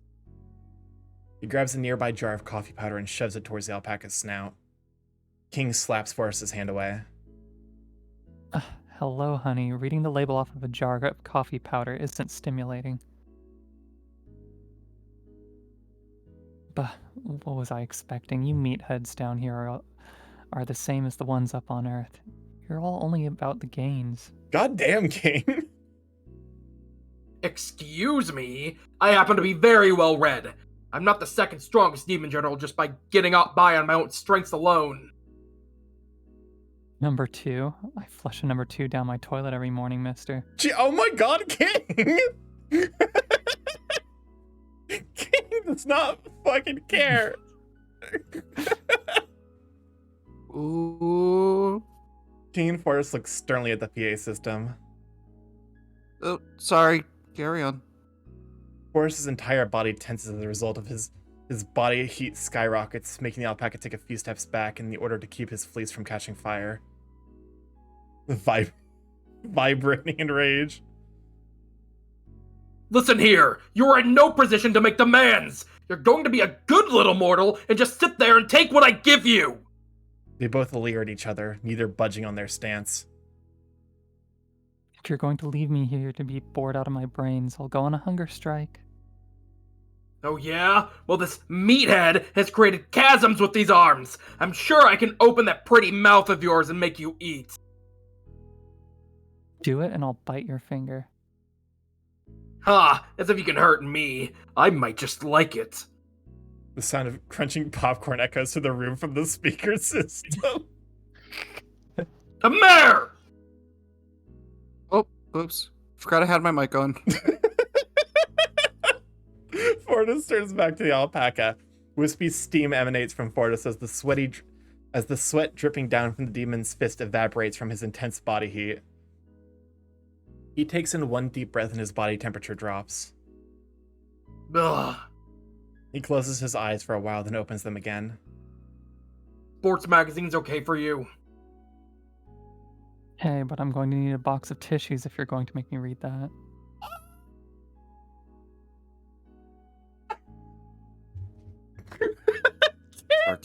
Starkey, not that way, not that way, not that way. Not.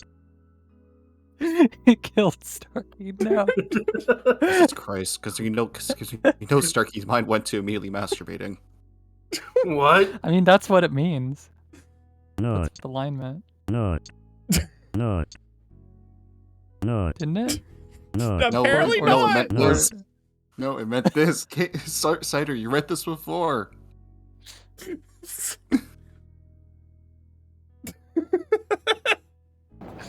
God damn it! Leo! What the hell are you doing? I will neither conform or deny. Leo! Leo! Leo! guess Leo! both me and God Starkey damn are it! over. God damn it! God damn it! God damn I it! declare it, this series is officially going to be the fucking end of me, I swear to God. I mean, side of the line.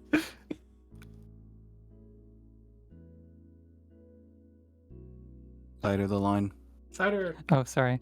For the inspirational sports story segments, you know, the parts where they talk about how they got into the sports and all that. Right. Fortis shakes his head and leaves through the portal. Boy, he's grumpy, huh? King sighs loudly and places his hands on his hips. I'm sorry. Amer, was it? Yep. You sound like a nice demon.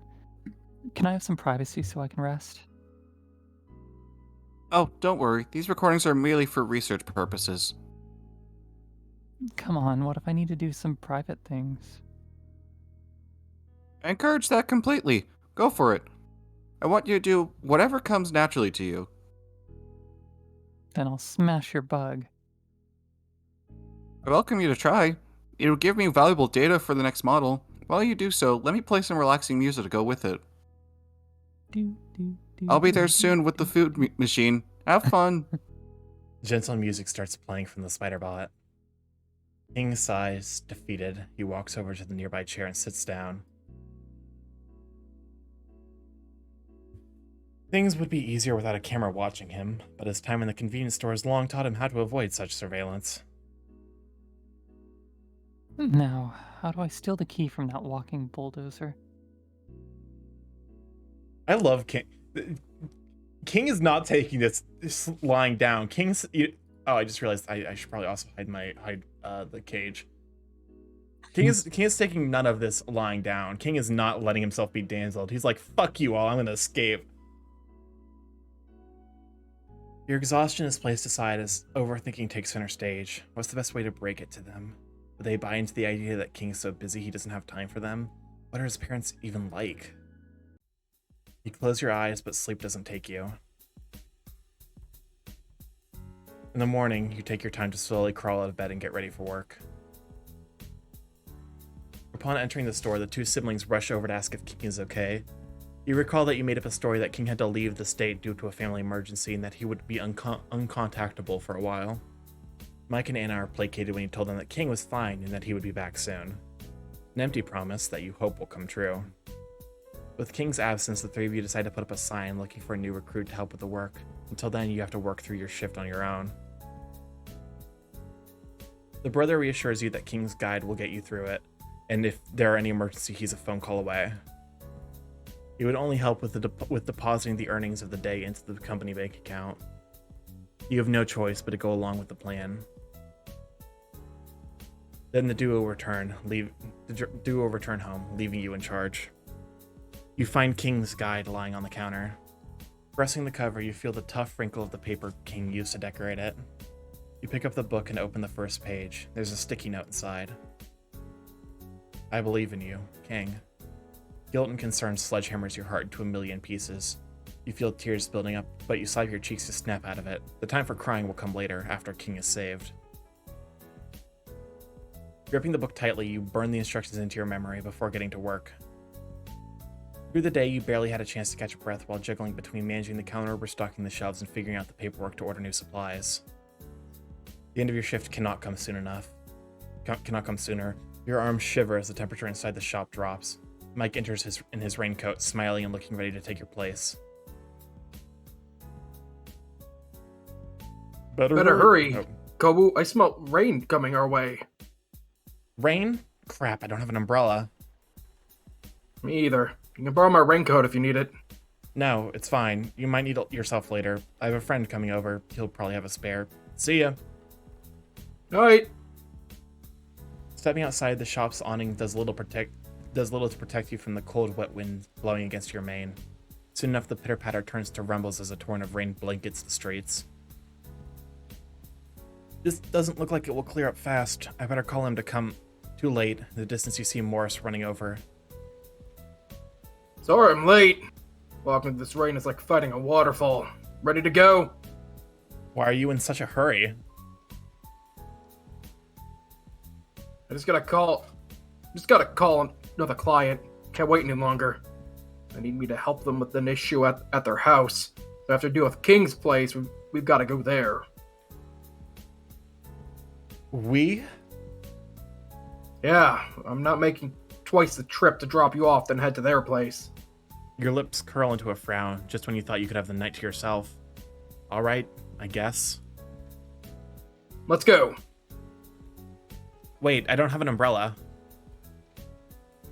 Oh, then we'll share. There's enough room here. You don't think it's weird? Two guys, one umbrella? Does it look like we have a choice? Come on. It's that or I'm going without you. Okay. Sticking close to him, you both walk through the rain to King's apartment. Swear to God, if that was a porno reference, I'm gonna scream. That's what I was also worried when I read two guys, one umbrella. I'm like, please don't be a two girls, one cup reference. I'm gonna fucking piss and shit and cum. Welcome on in, Tiger King. Thank you for being here. Really appreciate it. Are you okay, Cider? He's laughing. Two guys, one umbrella sounds fun. Welcome on in, Mad Hatter. Thank you for being here. Really appreciate it. I love watching two guys, one umbrella. I equal parts chat in pain and chat making the pain worse. With every step, your mind questions your very presence. He's not saying anything. Should I? I haven't showered since this morning. Maybe he noticed, but doesn't want to point it out. Your shoulder brushes against his. You instinctively shuffle aside, but the boar's hand reaches out and pulls you closer to him. Hey, you're gonna get wet. Stick close. Hey, streamers, would it be weird if I put a mattress on my throne? I don't think so. I put a weighted blanket on mine. Zam, welcome on in, Rexalotl. Thank you for being here. Really appreciate it. I literally put rent on my throne. I don't think anyone's gonna look at you twice for putting a mattress on your throne. Starkey plunges the knife, then chat jiggles it. That's the best description of this stream I think I've ever fucking read. First hands, now a shoulder. OMG, the audacity. Five Razor, you wrote this. The sin is coming from you. When you hold your bro's shoulder, I'm the fucking morb. The warmth of his firm grip fills you with reassurance. Seeing that Morris is unbothered by your closeness, you begin to hear the rain again. You know, this rain wouldn't be so bad if I was at home with a hot mug of soup. You make soup? I usually make coffee. Something warm on a cool, rainy day always hits the spot. That it does. For the rest of the walk, you do your best to keep your eyes on the footpath, all the while you both keep each other close.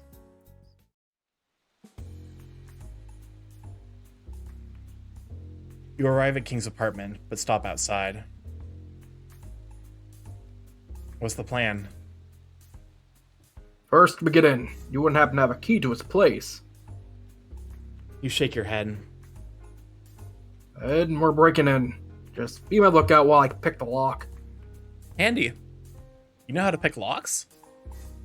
It's handy in this job. What if someone catches us? I'll be fine.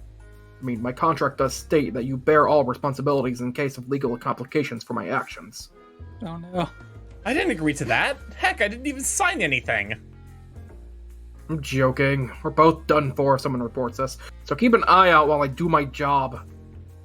There's also the bigger problem of how are we maintaining King's place while he's not around. You guys still covering for him at work?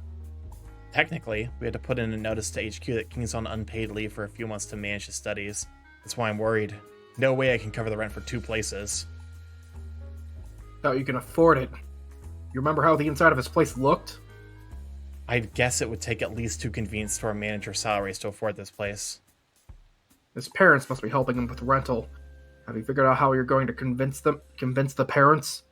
No. Do I really have to do it? Yes, because you're the one who knows him best. Now come on! Both of you take the elevator up to King's place. Outside of King's door, you look around to make sure the coast is clear. You position yourself next to Morris, to a crouching Morris while facing the way you came, just to make sure no one sees what's happening. He takes out a paperclip and a screwdriver and begins tinkering with the lock. Seconds tick by in a rhythm with your heartbeat. Your hands feel cold and numb, and an uncomfortable tightness grabs at your chest. Can you hurry it up? Someone could show up at any second. Did it say I was an expert? Hold it! The doors of the elevator open to give view to a woman with a man hanging by your side. He's in the corner if you're wondering. Yeah, hold up, let me make myself invisible. Oh, wrong one.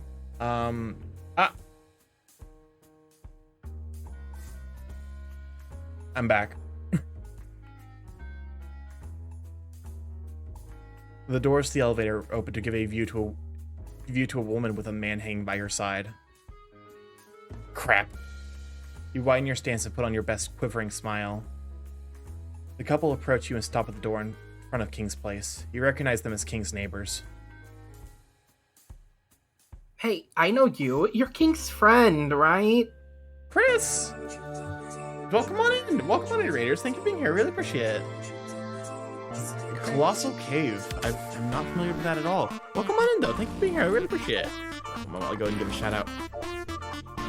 But yeah, for those who do not know, I'm Starkymorph, Big A Crow on the internet, variety streamer, live every Monday, Tuesday, Thursday, Friday from 6 to 9 p.m. EST, mostly playing indie games, however, expanding to Nintendo VR Pro software, so against 7 years to me. Tonight is Tuesday, which means I'm joined by the ever-amazing Marshmallow Bears, Chillpanes, and Cider Merton to play Where the Demon Lurks. Welcome on in, though. Glad to have you all here. I really appreciate it. Hold up a moment while I show my stream in a nutshell. After this chicken. That car crash. That car crash to my stream in a nutshell. Welcome on in, though. Thank you for being here. Really appreciate it. Where the Demon Lurks is happening tonight. So, but also, how was the Colossal Cave? I've never heard of that, but yeah. I never get to raid you. Had to take it. Oh yeah, we're starting a bit later tonight than we usually do because of scheduling things with the series. But yeah, Colossal Cave has been a lot of fun. Interesting. I'll definitely have to look into that. Chris uppercutted a dragon. That sounds like a lot of fun. The woman, though no taller than you, stands with such towering confidence. You started a little later, ended a little early? Okay. Awesome. Her hands are on each of her hips as she tilts her head to the side. Her energetic posture is in stark contrast to her companion, holding her by the waist as one would hug a massive plushie. You only saw them once and only briefly during your trip to King's, so you know next to nothing about them.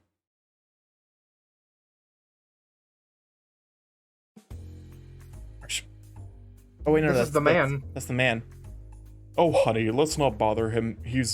What are you two doing? I need to distract them. From a dance. You could dance. I have to. Hold up. We're saving. What if this causes instant death? That's why I'm saving. We're performing a dance. Trips and falls off the apartment building. Why did I do this? Gyrate your hips. He's just spinning. You gyrate your hips back and forth while throwing your hands in the opposite direction where your hips go. Wait, is this supposed to be the distraction dance? He's been... What is this? This is too weird, even for me. I'm calling security. No. Morris grips you by the shoulders. He gently moves you to the side. He smiles wider than usual. Whoa. Sorry about that, folks. Buddy, I told you to lay off those drinks last night. The boar stands in front of you and extends a hand to the couple. Name's Morris. I'm here as a home spiritual consultant. Home a spiritual consultant? I've never heard of that before. My line of work is pretty niche, and I basically offer home decorating consultation to help raise the spiritual harmony in someone's home. Kobe here asked me to help take a look at his friend's place while he's away. Something of a surprise gift. Away? Come to think of it, we haven't heard King's cooking since yesterday.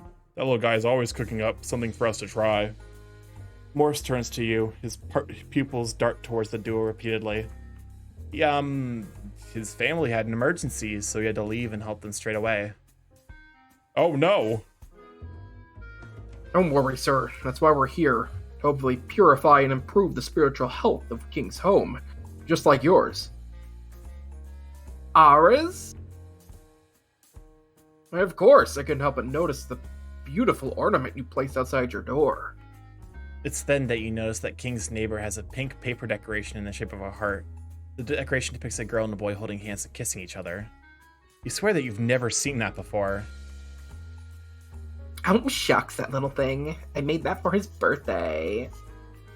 And I love it so much, sweetheart. What did I do to deserve you? The man holds the lady close by her hips, and the two of them exchange an intimate kiss that makes you look away. Baby, you're a very generous lover. I just wanted to show you how much I loved you. I love you too, babe. I just wanted to... You whisper something into her ear. She yelps and whispers something back. The two exchange a laugh before pressing their lips against one another. You turn your head feeling like you're intruding on something. This is the bi/pan reaction and the gay reaction to a straight couple. Morris is the bi, pan is the gay. Hold up. What? They're kissing? Five Razor, you told us that doesn't exist in this universe. Five Razor! Did you lie? Did you lie to us? Five Razor? Marsh, you read this part. Marsh, you read this part No, before. we What do you haven't. mean? This is we specific have. to Morse's route. We've only done Morse. Lucian's route. We did. I didn't say there was no kissing. Yeah, you skipped the sex times and you went straight for kissing. Premarital kissing. The biggest sin. Well, the second biggest next to premarital handholding, but What are we, Christians? Jesus Christ. Fucking Jesus, Priest Starkey over here. Oh my god. remember, Replace the gold ornament on Starkey's neck with one of the priest chokers. remember, if you're ever struggling, remember the wisdom of Garfunkel and Oates. Fuck me in the ass because I love Jesus. God would have wanted it this way. Okay, TJ.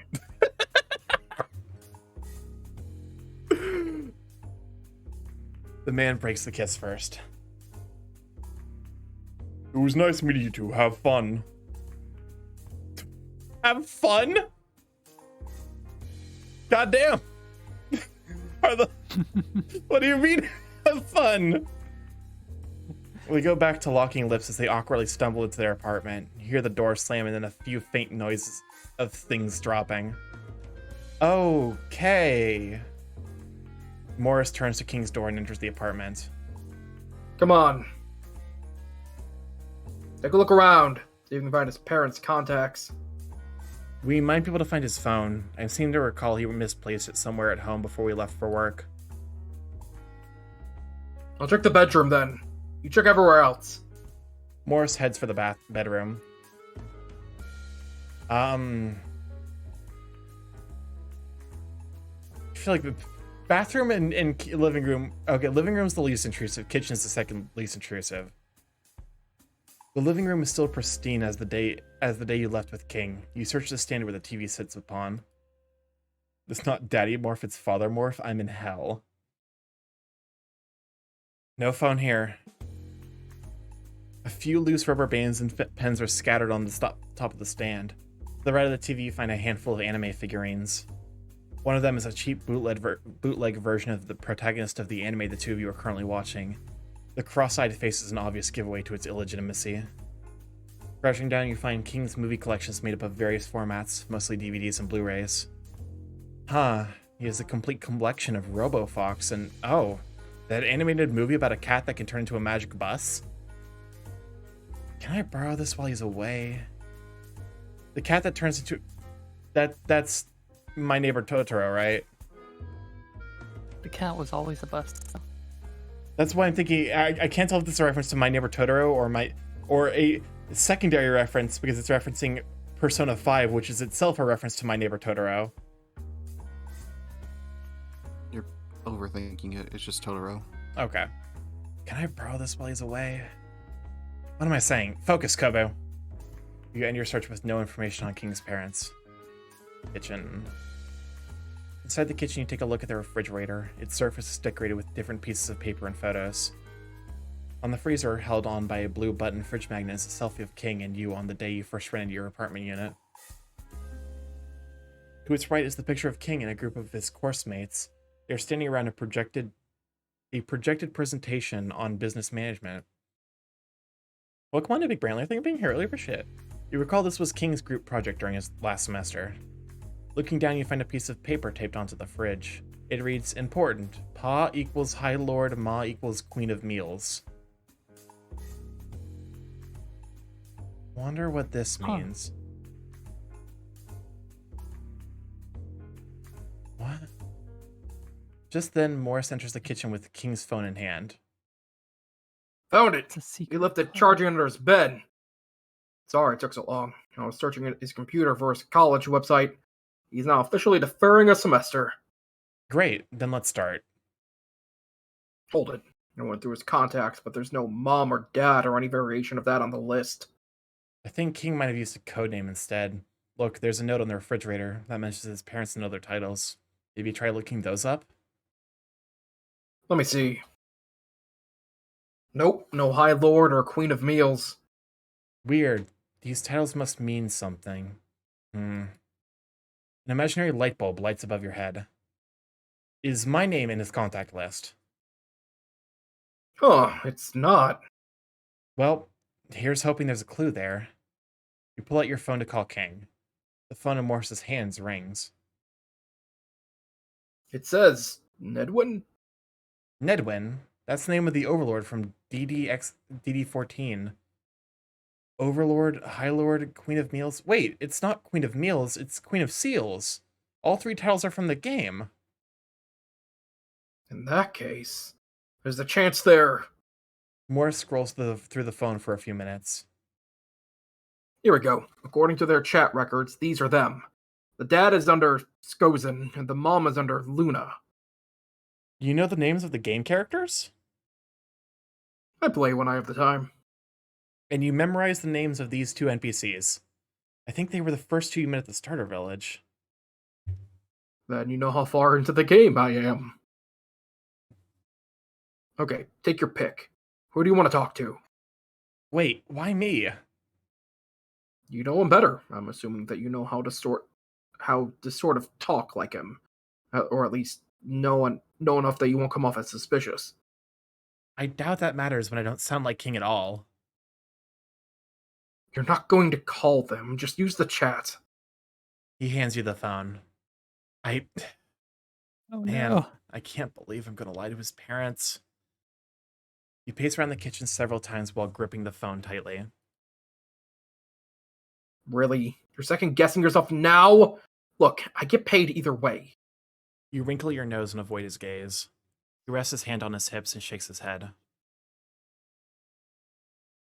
Look, I think about it like this. This isn't your guilt to bear. What? Let me be the one responsible for this. You're just doing what I say. If this goes south, I'm the one to blame, not you. Okay. And what exactly am I saying? What if they start asking questions and I don't know what to say then? Relax, we'll play it by ear. I'll be here the whole time if things aren't working. I'll help.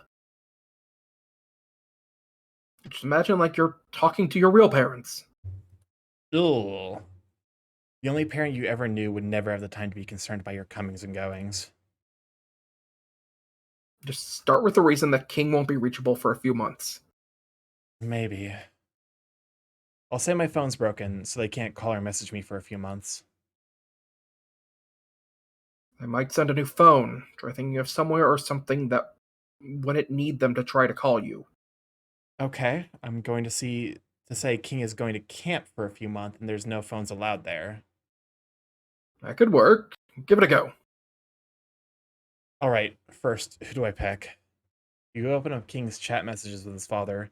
Skimming through the father sends King a lot of photos of himself doing charity events or having tea with his friends.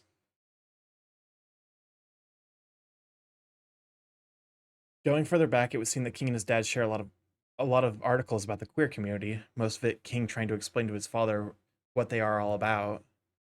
At the very top of the chat box, there was a message from King that just said, "Pa, I need to talk to you and Ma tonight. I need to tell you about the guy I'm dating."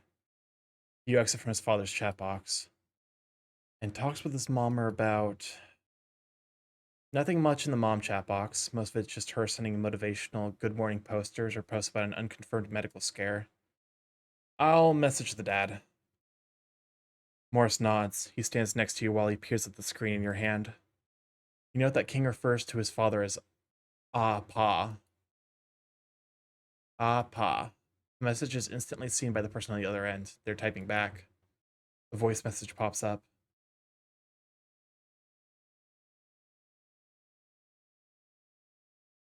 Cider, you should take this. It's King's Should dad. That's fair. That's a fair point, actually. Okay. Oh boy, where have you been? Ma and I tried to call you so many times last night, but you didn't answer. I'll call you now. The screen switches to an incoming call alert. You look over at Morris. What do I do? If you answer it, then he'll know something's up. You quickly hit the cancel call button and followed up with a message. King would say maybe, I need to talk to you about something important, but I can't take the call right now. Huh? If it's so important, then we should talk on the phone. Please, Pa, it's just, this is something very important, and I don't think I can hold back the tears if I say this directly to you. It takes a good minute before the next voice message pops up. Ah, boy, is it that what sorry. Ah, boy, what is it that you want to talk about? Wait, this is Ma? Yeah. It's the mom. I think they're tag teaming in this chat. Stay calm. Stay calm. Ma. Okay, don't get mad, but I'm going away to be a counselor at a camp. The next reply comes instantly. Camp? What camp?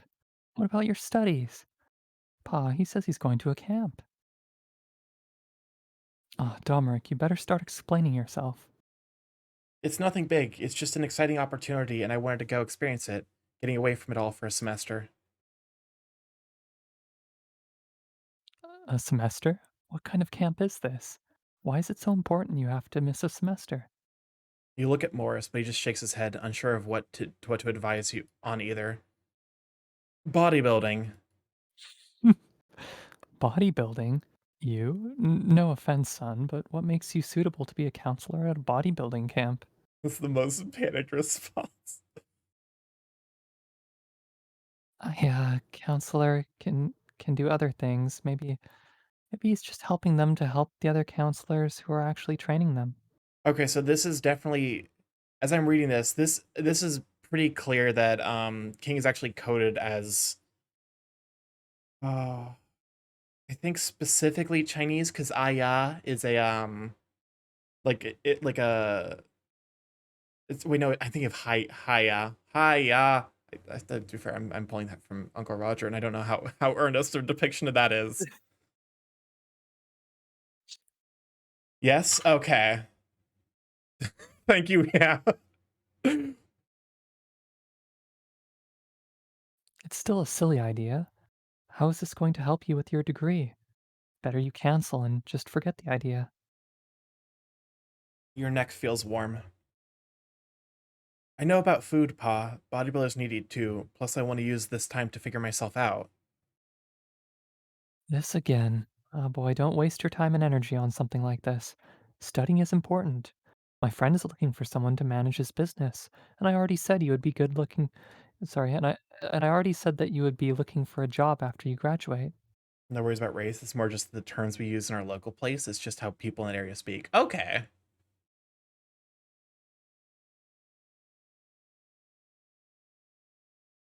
Maybe you can talk to the camp people. Ask to just let you stay there for a week, but not for 3 months. No, I want to stay for the whole thing. This is important to me. I promised the camp I would help out. Son, please, you think the job market is going to be good the later you graduate? Listen to Pa, King. Your ears are burning now. Their persistence chinks away at you. This is the parade all over again. You want to go and dance around with the men in your colorful outfits. Think about your future. Just listen to us. Uh-oh. Hmm. I don't think it's worth saving here. Okay, what would. So it doesn't necessarily matter. That's fair. I think the king would reply calmly. You take a deep breath and remind yourself what's at stake here. Ma, Pa, I know you're worried, but I assure you I will be fine. This is important to me, and I want to do it so I can focus on my future. Please, I need to do this. I need you to trust me that it will be okay. There's no reply for the first few minutes. You worry if they're too mad to want to continue talking. Morris pats you on your shoulder. Another voice message appears. Do you have enough money for the 3 months there? Clothes, shoes, towels? I have enough, and they'll provide some too. Where exactly is this camp? It's somewhere in the forest area in Kibbleton. They don't show up on the GPS because they're brand new. A bodybuilding camp in the middle of a forest. What will they think of next? Oh boy, you can go. But it's your responsibility to keep yourself safe. Don't let them pick on you, especially if they find out that you like one of the guys there. They are more than just guy bodybuilders, Pa. You and I already know that you're already know what you're interested in. So many months already sorry. I'm reading this weird. You're So fine. many months already. Sorry. So many months already you spent explaining to us what kind of people you like. No need to be sarcastic, ah boy. Anyways, I'm not there to date anyone. I'll be there to find myself and help the camp. I'll be fine. I know how to take care of myself. We just want you to be safe. Bring the charm we gave you too. Promise us you'll be in one piece and come back to visit after camp. Your heart pains at the mother's wish. You two hope to reunite King with his family. I'll come back, Ma. So we can still call you while you're there? I don't think so. Camp rules force us to submit any electronics we bring with the camp office while we're there.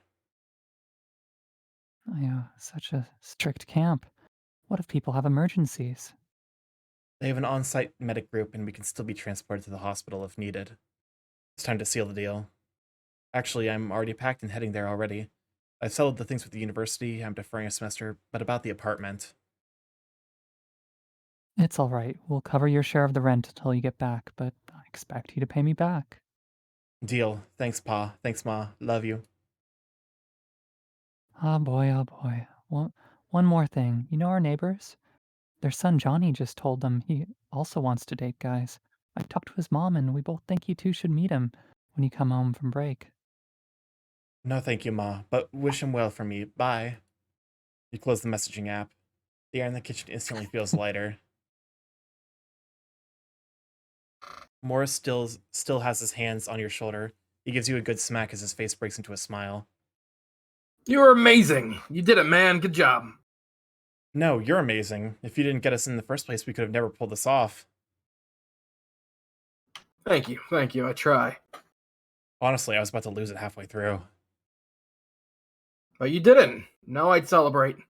But we better get a move on. I think the neighbors are done with their intimate session. You turn off King's phone and tuck it away. Let's go. They should write down what they just talked to their parents about, so that they don't forget, because you have to fill in King about all of it. Gosh. I think we're taking the phone with us. Okay, hopefully he doesn't lose it. According to your phone, it's around 8 by the time you both leave the apartment grounds. Fortunately, the rain has long stopped. The cool night air wafts through your mane as you follow Morris to his customer's house. Your shoulders droop and your footsteps feel light as you enjoy the walk. Until the loud roar of your stomach cuts the silence. Hungry? Me too. Would you be up to some beef rice bowl? Because I know this place called Gokhan.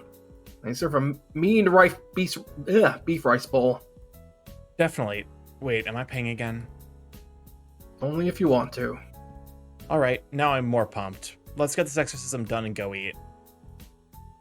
It's an easy case. Don't worry about it. It should be right around here. Just as you turn a corner, your shoulder tenses up. 2 cult members are standing outside the customer's house. Oh god damn it, these guys again? This doesn't look good. Hurried footsteps come from the porch. A disheveled, haunted-looking wolf runs out while carrying a box stuffed with jewelry. The contents of the box look like it's almost about to spill over. That's right, they did offer us air fryers. Another wolf comes from behind and yanks back the other's arm. You can't do this. Those belong to Mom. Cram it! I need it more. My son is not dying tonight. The wolf of the box kicks the other one away and hands it to one of the cult members. There's everything I have. Please save my son. No, wait, that's you. No, that was... Wait. Is it? Oh, it is me. That's everything I have. Please save my son. The cult member nods. The great teacher will be pleased. Come with us. Barry, no! It's too late. The desperate-looking wolf and the cultist run off into the night. Hang around here. I'll check if the other person is all right. Sure. Morris heads into the porch. They managed to recruit someone. Those guys are more dangerous than they look. Someone should do something about them. Agreed. What, Toast? What are you doing here? Hey there, buddy. I was following those guys in hoods just now and just happened to run into you. Wait, I'm with Morris, the exorcist. You gotta get out of here before he sees you. Yeah, I saw, which isn't cool. Hanging with a guy who tried to capture and eat me. Ugh, I thought we were supposed to be partners. Toast, please, you need to leave before Morris sees you. Hang on, I can overlook the whole teaming up with my enemy if you can help me out. Welcome on in, Bugbear. Thank you for being here. Really appreciate it. Huh? His smile disappears as he lowers his voice. It's the same honest, desperate look he had back in the store. A desperation that reminds you of the time King saved you. Help you with what? It's the cult. They... Hey! Get away from him, evil spirit! A magic circle appears on top of the boar's right hand. It glows red hot, emanating an almost unbearable heat even from where you're standing. Save me, partner! The ghost covers behind you. Move, Kobu! You raise your arms up in defiance. Stop this, Morris. He's not a threat. Step away! He'll say anything to use you! No, he won't. You don't know that! He's a goddamn ghost! A condemned soul by the smell of it! I know he isn't a threat because Because Because he's an idiot. Hey,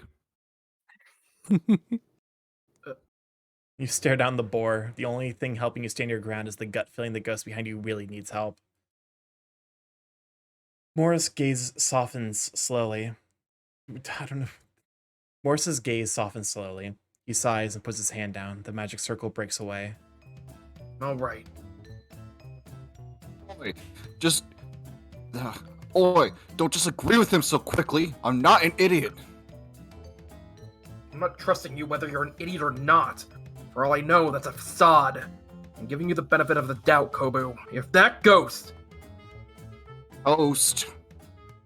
if Toast can stick around long enough to help us with this job, I'll let him leave quietly. You hear that? You got a second chance. Or I can just hightail it out of here. Goodbye, sucker. Morris fires a fireball that zooms past your head and explodes in the distance, erupting into a volley of magical fire. Toast audibly gulps next to you. At the same time, you sense something is amiss, as though you see shifting energy waves around the boar's body. Unsure at what you were seeing, you choose to keep quiet. Try that again, and I won't miss. The boar clutches his bandaged forearm tightly. His right cheek twitches. Now come with me. The customer's already calmed down enough to talk.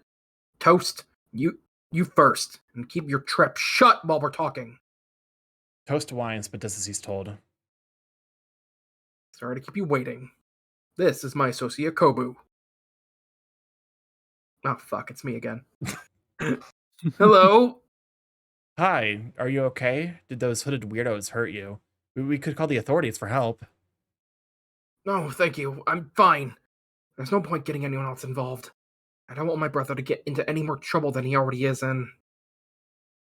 You mean the guy with the jewelry box earlier? Yeah, he's the one who brought those cultists here. Before you get the wrong idea, they only stood outside and watched. One more thing to add to my list of unfortunate events, I suppose. Maybe you all should just go home. I don't think you can do anything about my house anyhow. No, give us a shot first. After all you went through tonight, you wouldn't want the curse to make things worse, right? There's a curse? Yep, I can smell it from here. Ugh, this house stinks. Who died in here? You sniff the air and twist your face. The smell is faint, but there's a rotten, sour scent of a curse permeating from the house. If you knew something was off when I knew something was off when I got this place for such a cheap price. Can you tell us anything about the history of the house? That'll help us to know what kind of curse you're dealing with. According to the neighbors, the house used to be owned by a loving couple. The husband was a successful composer, but after some time, he hit a block and couldn't make anything. More still, the wife had just given birth to a child. The family was torn apart from their financial troubles and the husband's accusation that the wife was sleeping with someone else. Did she, though? No one knows. They said the divorce was messy and the wife got the house into settlement. However, the wife and her next lover started living together and they said she started complaining of voices whispering to her in the kitchen. Also that she kept seeing her ex-husband in the house even though he was oceans away from the town. Last they saw of her, she was taken away for mental health treatment. The house was put up for sale by the wife's family. They renovated everything inside, but ever since I moved in last month, I could feel a presence. Like, whenever I'm in the kitchen, things wouldn't be where I last put them, and sometimes when I'm not doing anything, I can hear someone cursing me to die. You sure you're not hearing things? I'm sure, okay? Don't assume I'm crazy. I've gotten my ears checked. I know those things aren't real, but they keep happening. The wolf raises their voice at the last sentence. Morris brings his hand up by your side to signal to you to wait and listen first. And worse yet is what's keeping me awake at night. The sound of footsteps coming up the staircase. I live alone. There shouldn't be anyone else here. Every day I can hear the footsteps coming closer and closer. It's only a matter of time before it reaches the foot of my bed, then. Alright, I think we've heard enough. It's possible the disgruntled ex-husband might have laid a curse on the house before the divorce. Usually these kinds of environmentally charged curses are hard to remove. Even if the ritual site is destroyed physically, it can still leave an effect unless the place is cleansed. Wait, you don't think the curse is the reason your brother joined the cult? I wish. My brother got involved with them long before he came to Kibbleton last week, spouting nonsense that their cult leader predicted the death of his son, so he joined to protect him. Whatever, I don't want to talk about him anymore. Right, let's get to work. We'll find the ritual site, cleanse the house. You're welcome if you want to watch. No, thank you. If you can really get rid of that curse, I'll know by the feel of it. Trust me, whatever's inside that house, I've become too familiar with it. Alright, sounds like we should hit the kitchen first. Ooh, lovely kitchen background. Morris leads the two of you into the house. The moment you step inside, the scent of the curse hits your nostrils hard. You rub your nose a few times, but the smell doesn't go away. The closer you get to the kitchen, the stronger it gets. The kitchen is as plain as any other kitchen. If you weren't able to smell the curse, you wouldn't suspect a thing. Think of the stretch and hydrate cats. The wooden cabinets line the walls above the kitchen sink. The kitchenware looks older than the owner of the house. You wonder if he got it from his relatives.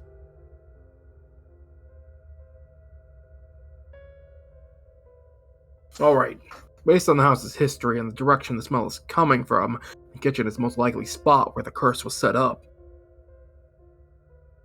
Problem is, the curse is pretty weak at the same time, so it's hard to pinpoint where specifically is the remnant of the curse. It's kind of like a specific stink that's both overpowering, yet you don't really know where it's coming from until you get really close to the source. He turns to Toast. That's where you come in. You want your freedom? Then you have to help us find this curse. Me? Yep, ghosts and demons are more sensitive to the presence of curses. With that in mind, you'll help us find any traces of the curse and I'll take it from there. That sounds like you're just using me for free labor. You rather that, or I can send you back to the underworld with one blow. Okay. I'll do it. Morris looks at you. Keep an eye on him while I prepare my gear. Oh, okay. The boar pulls out a salt bag and several charms from his pockets and proceeds to check them. As Morris said, you can sense remnants of the curse right in this kitchen. Your stomach churns at the smell. It's as if the frozen chicken you had for lunch at the convenience store came alive and started fighting back inside, pushing itself to come out. You regret having such an annoying sixth sense. Following your nose, you suspect a specific tile on the wall is where the curse remains. Looking at Toast, you're surprised to see him taking this so seriously. Well, he can't mess this up. He just needs to point to the tile right above the sink. I see it! It's the blender! No. No rush. I mean, take your time. The boar goes back to counting and preparing his tools. You move closer to Toast and hiss at him. Are you sure that's where the curse was drawn? Absolutely. My gut is never wrong. I mean, let's double check. What about that weird tile over here? That looks pretty sus. My sense of humor is so deeply fucked. He said the funny sus word.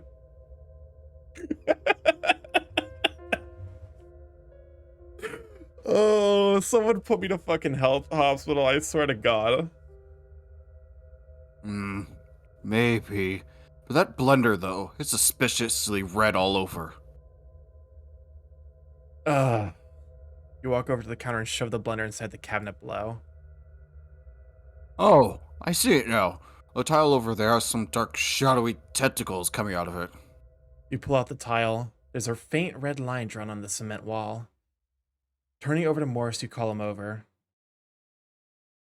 Yep, that's a curse right there. He places 3 yellow charms around the tile and pours the salt into the shape of a circle on the floor. You raise an eyebrow when he crouches beside you and draws a similar circle around you. Stay inside that circle throughout the ritual. The salt circle should be enough to protect you from in case this curse tries something. He stands up and pats you on the shoulder. Relax, this'll be easy. What about me? There's enough room on the circle, but hey, if you get hit by the curse, it'll be one less thing for me to worry about. Ghost's jaw drops as he slowly drifts to squeeze up behind you.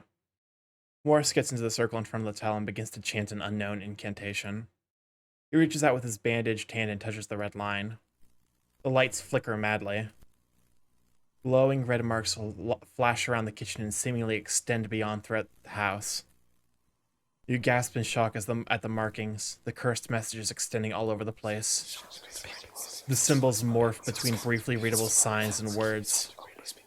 I don't like this. You will never get rid of me. Don't leave me. Come back to me. We're a family. You won't break us apart. The desperate man's futile attempts to keep what he no longer has. Morris finishes his chanting and the charms burst into flames. Just as quickly as the markings appear, they disappear like ink spreading out in water. The scent of the curse fades away and the lights stop flickering.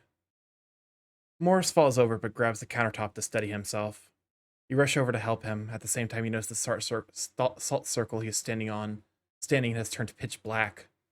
You okay? Morris nods while gripping his bandaged hand. Did something happen to your hand? No, I'm fine. Just give me a minute. He growls and pants, never letting go of his hand. So, Both of you turn to the ghost. if that's all you guys need, I'm gonna head off. Morris? Morris signals the ghost to go. I better not catch you messing around town again. See you later, Kobo. Ghost waves before leaving by floating up through the ceiling. It takes a few minutes for Morris to recompose himself, at which point the customer re-enters the house. I saw the lights flickering from outside. What happened? We did it. The curse is broken. The wolf walks around the kitchen, looking around with eyes wide open. He touches everything and breathes a sigh of relief each time. It's quiet. Thank you. I don't know how you did it, but the air never felt cleaner. Excuse the salt on the ground. It was part of the ritual. That's alright. I'll clean it myself. Here, your payment is promised. Morris takes a brown envelope from the wolf. He flips through the wad of cash inside before tucking it away. Alright, well, if you ever need an exorcist or know anyone who is looking for one, you have my number. Thank you. At least I'll finally be able to rest in my own home. Good luck with your brother, too. Yes, I'll look into his condition after I'm fully back to my usual self. The two of you bow politely before leaving the person's house. Afterwards, you both head for the beef bowl shop Morris mentioned earlier. I'm gonna get one. No, I'm gonna get one. No, 2 bowls later. But again, I could splurge on a supersized bowl. Didn't you say something about not having rent money when we first met? Oh, right. He sighs. I've still got a few more jobs done before I'm out of the red. Anyways, that was pretty cool seeing you do actual exorcism work. You make it sound like I don't do that usually. Just saying. You look up at the night sky. Thoughts about the phone call you made to King's parents still lingers in your mind. It's supposed to be text conversation. How are we going to find a way to get to King? I have an idea. We can see if there's anything in that exorcist text. What's that? It's the notes left behind by previous exorcists in my clan. I'm hoping someone has some experience with bringing people back from the underworld. Well, come on in, Caster Nexus. Thank you for being here. No. Really appreciate it. What if we don't find it, though? Then we keep searching. It's only over when we give up. I haven't failed a customer yet, nor do I tend to start now. You're here to bring the chaos? Good luck with that. We're in 5 hours, so I've disabled most of the chaos redeems. Thanks. but I'll need your help to get through them. Are you free tomorrow? I've got the morning shift again, but I can come by after that. Great. Then come by my office. There's a lot of reading material to go through. I'll need an extra pair of eyes to do it. Your clan should consider just digitizing your texts. Put it online, then it's easier to search. We tried that once. I think we ended up cursing everyone's computers. You motherfuckers made 4chan? You break into laughter. The restaurant is still a while away, but you don't mind the talk. You think the guy's brother will be all right? Being in a cult? Well, if he doesn't end up dead, what's the worst that could happen? He gets to be in a community with like-minded peers. They probably have a lot of group activities. Wink, wink. No, seriously, they're bad news. You slow your steps as you recall what the hyena said. I just remembered something. Toast wanted help with the cult. The ghost wants help with them? Why? The vengeful spirit who wants revenge on a cultist who killed him? I don't know. I never found out. Maybe I'll ask him if I see him again. No, if you see him. If you see him, you call me. I'm not letting him try to possess you. I doubt he's strong enough to do that. He barely found the curse earlier. Speaking of curses back there. Mm-hmm. That one is pretty mild, since most of the original markings had been removed prior. Did it bother you? Because I'm sorry I dragged you into this last minute. I've seen demons already, so it wasn't that bad. Kinda surprised the previous owner's ex-husband knew how to curse, though. People are always full of surprises. In my experience, more are involved in the supernatural than you imagine. They just don't talk about it. Hush hush and all that. I wonder if the ex-husband ever loved his wife. If you love someone, why would you curse them like that? I think it was the opposite. He was so driven by love that he couldn't believe it was over. His feelings for her probably got twisted into that insane curse. Scary what people do in the name of love. Well, love's a bitch. That's why it isn't for me. Really? There's always so much on my plate. I've got my career to think about, and, bills to pay. My career, too. Oh, wow. Just no time for love, huh? How do you juggle all of that? Morris shrugs with a toothy grin. He looks ahead as his smile fades. Honestly, there's nothing much about me to love. Aww. Morris, no! Aww, everybody hug Morris. Group hug. Morris, you're a good bean. What about romantic movies and TV shows? That's a different story. The two of you converse about the world of romantic comedies all the way to the restaurant. Dinner goes by smoothly and you both part ways after. Ooh, a journal entry. Probably a Morris. Morris is pretty okay, I guess. Sure, he might wipe me out on the spot if he ever finds out what I really am, but he's been nothing but helpful since we teamed up. I'm not sure how long he has that bandaged hand, though. I think he should get it checked. And it smells. Still, I'm glad he helped out with King and his parents. I wouldn't have been able to even think about this part of my life. This part of his life on my own. But that part of his life on my own. Guess you just can't get transported into another dimension and expect nothing to change at home. Note to self, though, watch out for Morris's real power level. The guy's stronger than he looks. The hand has to be something to do with, like... He's like, in some way, tanking the curses. Your hopes remain high that tomorrow you'll make progress towards finding King. To be continued. Wait. Told you it was short. Well... Yeah, you made it. We did it! Alright, that's as clean a stopping point as can be exist. And we'll have to figure out what we're doing next week, but that's for after stream discussion. This is about the same time we ended up stream last time, so kind of works out, honestly. Let me go ahead and move us to the outro screen. we're actually over, because last time we ended right on 8. Did we end up right on 8? I thought we went to 8:30. I thought we ended right on 8. It was 9 for us, 8 for Mars. Oh, Yeah. okay. Okay, so since you are my guest, you get to choose who we'll be rating into. Who's here? There's Twiz. a lot of people on. Twiz? Twiz is streaming. Twiz is on. Okay. There he is. Okay, raid message is gonna be. Should we go with poor Morris? Poor Morris. Horace Morris. Okay. You use my emotes, Cider emotes, Marsh's emotes, whichever emotes happen to appeal to you. What? I'm gonna use your emotes. You know. We can fluster then. Exactly. Go fluster the best rabbit on Twitch. We're gonna raid into Twiz the Toon, who is a very sweet bean. Well, first of all, Marsh and Cider, both sell yourself.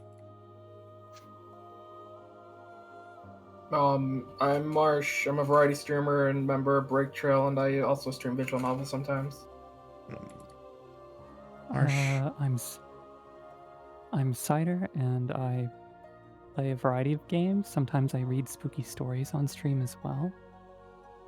And you can find me under the username Cider Martin on basically everything.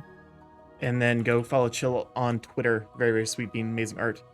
But yeah, we're doing a rating to Twiz the Toon, who's a very, very sweet bean himself, and also an artist. Yeah. For those of you just joining tonight, I'm starting more big geek around the internet variety streamer live every Monday, Tuesday, Thursday, Friday from 6 to 9 p.m. EST. Mostly play indie games, however, expanding to Nintendo VR from software. So whatever games happen to interest me. Yes, Drift King, Drift King, sweetheart. Let me do this. I have a Twitter if you'd like to give me a follow there. I post updates about stream, including what I'll be playing that day, when I'll be going live. I have a TikTok where I post edited content. Naughty out here ruining the raid spoiler already. TikTok for Naughty, you're not supposed to spoil a raid. I have a TikTok. Follow me there. I posted an edited video yesterday of Yao, and the ever present existence of feed pics as a meme on the stream. I have a YouTube if I can catch up on all the VODs there. I try to post everything on Wednesdays, and I have a Discord if you like to hop in there to see how the Sweet Beans and see the curse content the Sweet Beans post. How could you? Yeah, please give me my feedback. I don't know what you did with them. I would like them back. Give them back to me. But yeah, thank you all for being here. I really appreciate it. Stream is Thursday is going to be Elden Ring. No stream Friday. But yeah, yeah. Have a wonderful evening and go send all the love. Bye. Yeah. Have a good evening.